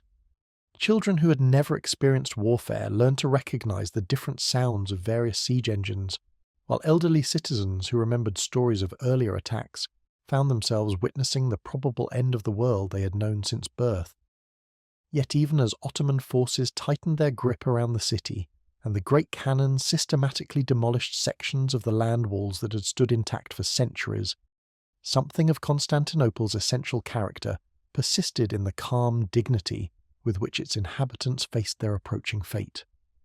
There were no hysterical scenes of panic, no desperate attempts at mass exodus, no collapse of civic order that might have hastened the city's fall through internal chaos. Instead, the final weeks of Byzantine Constantinople witnessed a kind of patient courage that honoured the best traditions of the civilization that was passing away. Citizens continued to attend religious services in churches that shook with each cannon blast, while scholars preserved precious manuscripts by hiding them in secure locations where they might survive the coming transition. Craftsmen maintained their workshops until the very end, as if the familiar routines of productive labour could somehow hold back the inexorable advance of historical change. On the morning of the 29th day of May, as the Ottoman assault finally breached the Great Walls and enemy forces poured through the gaps that had been torn in, the ancient fortifications the last Byzantine emperor died fighting alongside his soldiers his body later found among the anonymous dead who had given their lives in defense of a dream that had sustained Mediterranean civilization for more than a millennium. Yet even as the sounds of conquest echoed through Constantinople's streets, and the last defenders fell beneath Ottoman swords, something essential about the great city refused to die. In the hidden spaces beneath the surface, in the massive stone foundations that had supported urban life for more than a millennium, in the very bones of the place itself, the accumulated memory of centuries lay waiting in patient silence for whatever new chapter of human habitation might unfold above. Descend once more into those subterranean chambers, where Constantinople's water had been stored through siege and prosperity alike, and discover spaces that neither conquest nor time has entirely claimed. Here, in the cool darkness beneath what would soon become Ottoman Istanbul, the great cisterns continue their ancient function, with serene indifference to the political transformations taking place in the world above. The forest of columns still rises from floors of dark water, their capitals carved with motifs that speak of emperors and gods whose names the new inhabitants cannot read, yet whose architectural legacy supports the foundations of mosques and palaces that will define the city's new identity. Some of these underground chambers retain their original purpose under the new regime, their waters flowing through channels carved by Byzantine engineers to supply fountains and bathhouses built according to Ottoman architectural traditions. Others gradually fall into disuse as new water systems, designed to meet different needs and reflect different technological capabilities, replace the elaborate infrastructure that had sustained the Christian capital. Yet even these abandoned cisterns do not simply disappear. Instead, they become hidden repositories of urban memory, their vaulted spaces preserving not merely the physical evidence of earlier engineering achievements, but also the spatial relationships and underground geography that will continue to shape the development of the city above them for centuries to come. Walk through the streets that Ottoman administrators lay out across the Seven Hills and observe how the new urban fabric necessarily adapts itself to the invisible constraints imposed by earlier patterns of development. Ancient walls buried beneath accumulating layers of rubble and new construction continue to channel the flow of surface water and determine where foundations can be safely placed, while the filled-in remnants of Byzantine harbours create subtle variations in ground level that influence the alignment of streets and the orientation of buildings constructed by people who have no conscious knowledge of what lies beneath their feet. The great aqueducts that had carried fresh water from distant mountain sources to the imperial capital suffer various fates as the new rulers assess their utility and cost. Some are maintained and restored, their Roman engineering proving as valuable to Ottoman administrators as it had been to Byzantine emperors, while others are abandoned as newer technologies and different political priorities reshape the systems that sustain urban life. Yet even those aqueducts that fall into ruin leave permanent marks on the landscape, their massive stone arches creating natural boundaries that will influence land use patterns and property relationships for generations of inhabitants, who regard these mysterious structures as ancient curiosities rather than components of a functioning urban infrastructure. The transformation of Constantinople's religious architecture provides perhaps the most visible example of how the conquered city adapted to serve its new masters while preserving essential elements of its earlier identity. Great churches whose domes had proclaimed the triumph of Christianity become mosques whose minarets announce the call to Islamic prayer, yet the basic structural systems that support these magnificent buildings remain unchanged. The same stone columns that had once supported galleries filled with Byzantine worshippers now bear the weight of prayer carpets and hanging lamps arranged according to different liturgical requirements, while acoustic properties designed to enhance the chanting of Greek hymns prove equally effective at projecting the recitation of Arabic verses. Even the imperial palace complex, that glittering centre of Byzantine court life, where emperors had held audiences that determined the fate of nations, finds new life under Ottoman rule as the conquerors adapt existing structures to accommodate their own ceremonial requirements and administrative needs. Throne rooms designed for Christian emperors become reception halls for Ottoman sultans, while private apartments once occupied by Byzantine nobles house the families of Turkish officials who govern the transformed city according to different legal traditions and cultural assumptions.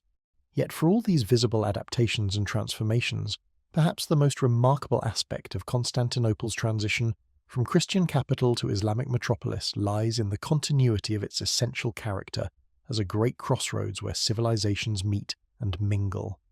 The same geographic advantages that had made this location attractive to Greek colonists, Roman emperors, and Byzantine rulers now serve Ottoman ambitions for controlling trade between Europe and Asia, while the harbour facilities that had accommodated Byzantine merchant vessels prove equally suitable for the commercial fleets that will carry Ottoman power across the Mediterranean and Black Sea regions.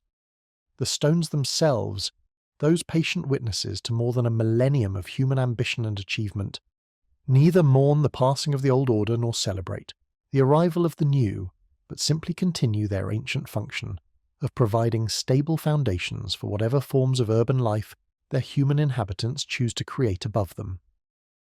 Step now from the shadows of history into the bright sunlight of the present day and witness how the ancient city continues its eternal dance of death and renewal on the same stage where Constantine's vision first took shape more than 16 centuries ago.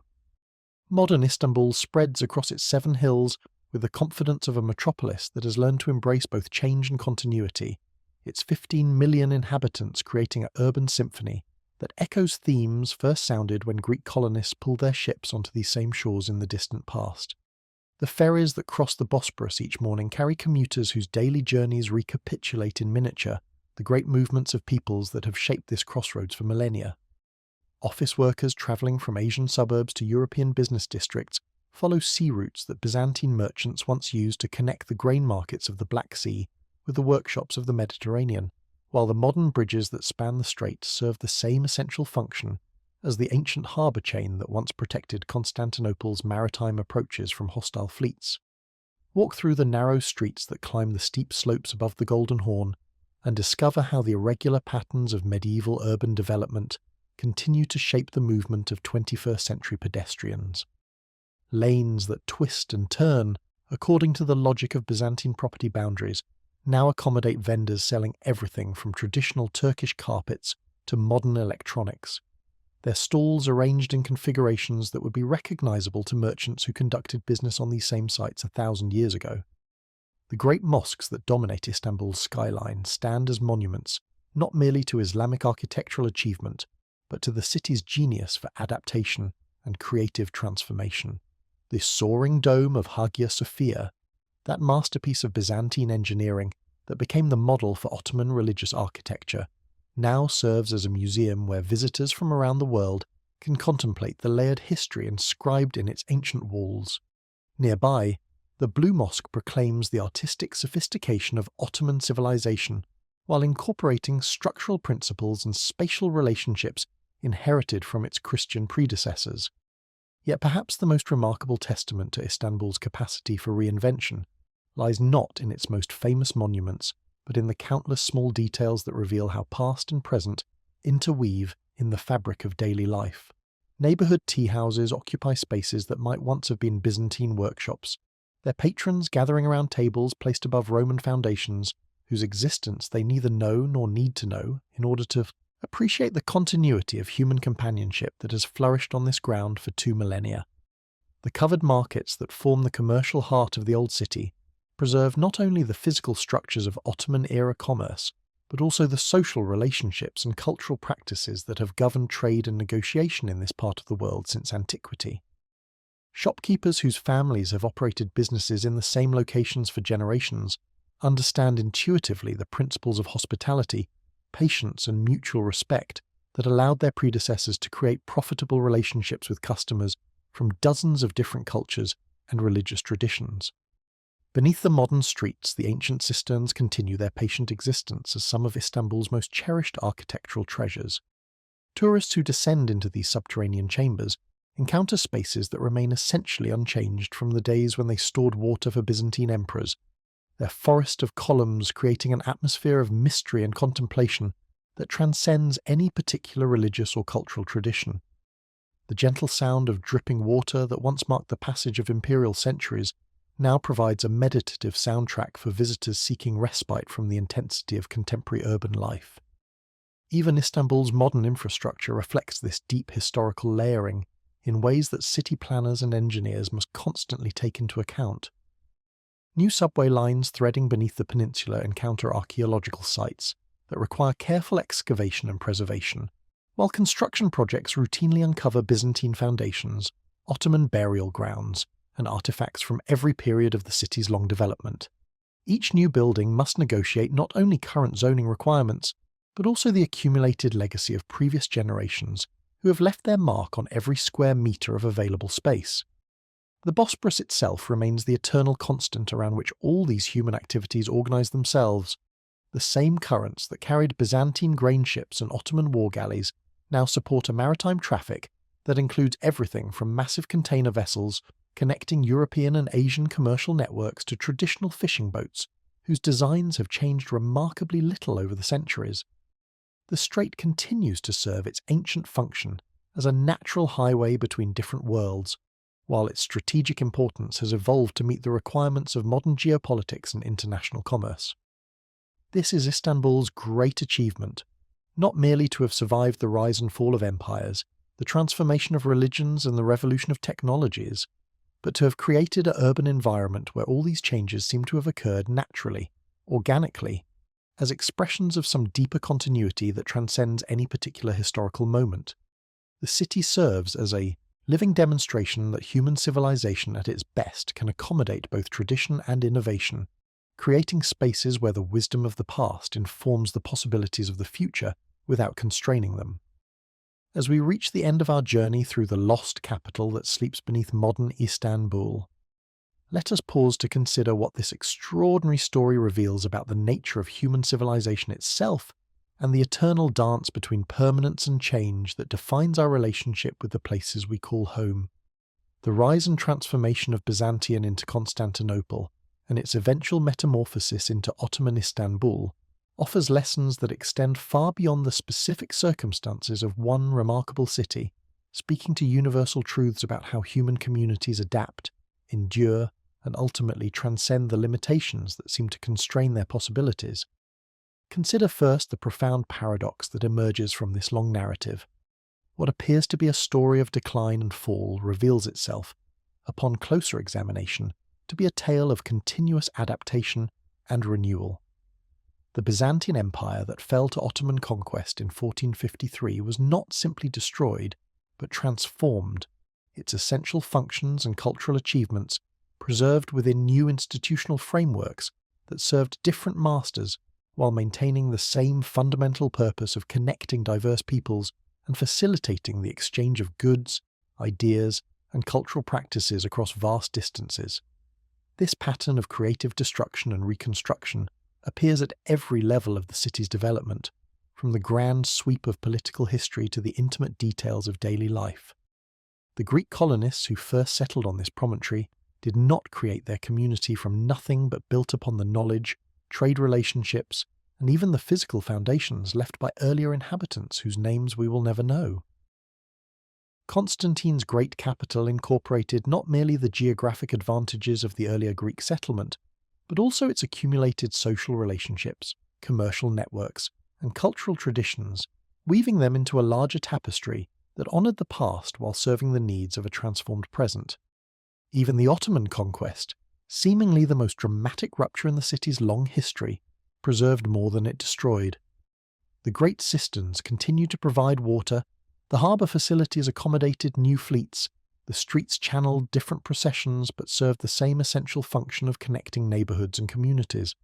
Most remarkably, the fundamental character of the place, its role as a bridge between worlds, its genius for synthesis and adaptation, its capacity to make strangers into neighbours, survived transitions that might have been expected to obliterate such subtle but essential qualities. This resilience suggests something profound about the relationship between human communities and the physical environments that support them. Cities, we discover, are more than collections of buildings or even sophisticated systems of infrastructure. They are crystallizations of human possibility, places where the accumulated wisdom of generations creates conditions that enable new forms of achievement and understanding. The stones and water that formed the foundation of Constantinople's greatness possessed their own kind of memory, preserving not merely the engineering knowledge of their creators, but also the social insights and cultural values that had guided their construction. The great aqueducts that carried fresh water across valleys and hills embodied far more than technical expertise. They represented a commitment to future generations that their needs would be provided for, even at enormous present cost. The vast cisterns carved from living rock beneath the city streets reflected not merely practical considerations about water storage, but a profound understanding that true security requires patient preparation for challenges that cannot be precisely foreseen.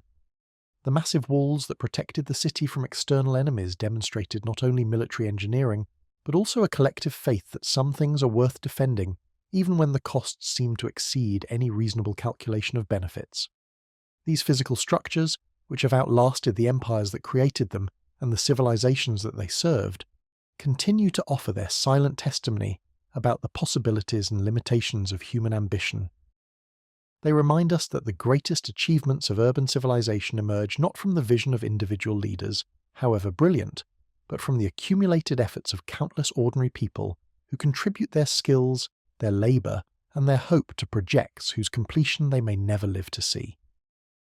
Yet the story of Constantinople also offers cautionary wisdom about the fragility of even the most impressive human constructions. The infrastructure that seemed so permanent and reliable during the city's golden age proved vulnerable to the slow erosion of neglect and the sudden shock of technological change. The social institutions that had maintained order and prosperity for centuries could not adapt quickly enough to address the complex challenges posed by shifting trade patterns, religious conflicts, and military innovations that rendered traditional defensive strategies obsolete. Perhaps most importantly, this long narrative suggests that true resilience lies not in the preservation of specific forms or institutions, but in the maintenance of the underlying capacity for adaptation and renewal that allows human communities to respond creatively to changing circumstances. The Constantinople that fell to Ottoman conquest was not the same city that Constantine had founded, nor was it the thriving commercial centre that had dominated Mediterranean trade during its golden age. Yet in its capacity to honour its past, while embracing an uncertain future, it demonstrated the essential quality that has allowed this extraordinary place to serve as home to human communities for more than 2.5 millennia. As you prepare to rest, let these thoughts settle gently in your mind like sediment drifting slowly through the still waters of an ancient cistern. Beneath every city we know, beneath every place we call home, lie the accumulated layers of human hope and effort, the patient work of generations who built their dreams into stone and water, creating foundations that continue to support possibilities they could never have imagined. The lost capital sleeps beneath Istanbul, not as a monument to failure, but as a testament to the enduring human capacity to begin again, to build upon what has come before, to transform even the most profound changes into opportunities for renewal and growth. In the gentle darkness of the underground chambers, where Constantinople's memory rests, time moves differently, measured not in the urgent rhythms of political crisis or commercial opportunity, but in the slow, patient pulse of water moving through ancient stone, carrying with it the accumulated wisdom of all who have drunk from these wells and found, in their cool depths, the sustenance necessary for another day's journey toward whatever future awaits. Sleep well, knowing that beneath the surface of our temporary concerns deeper currents flow with the patience of eternity, carrying forward all that is most essential about our shared human story.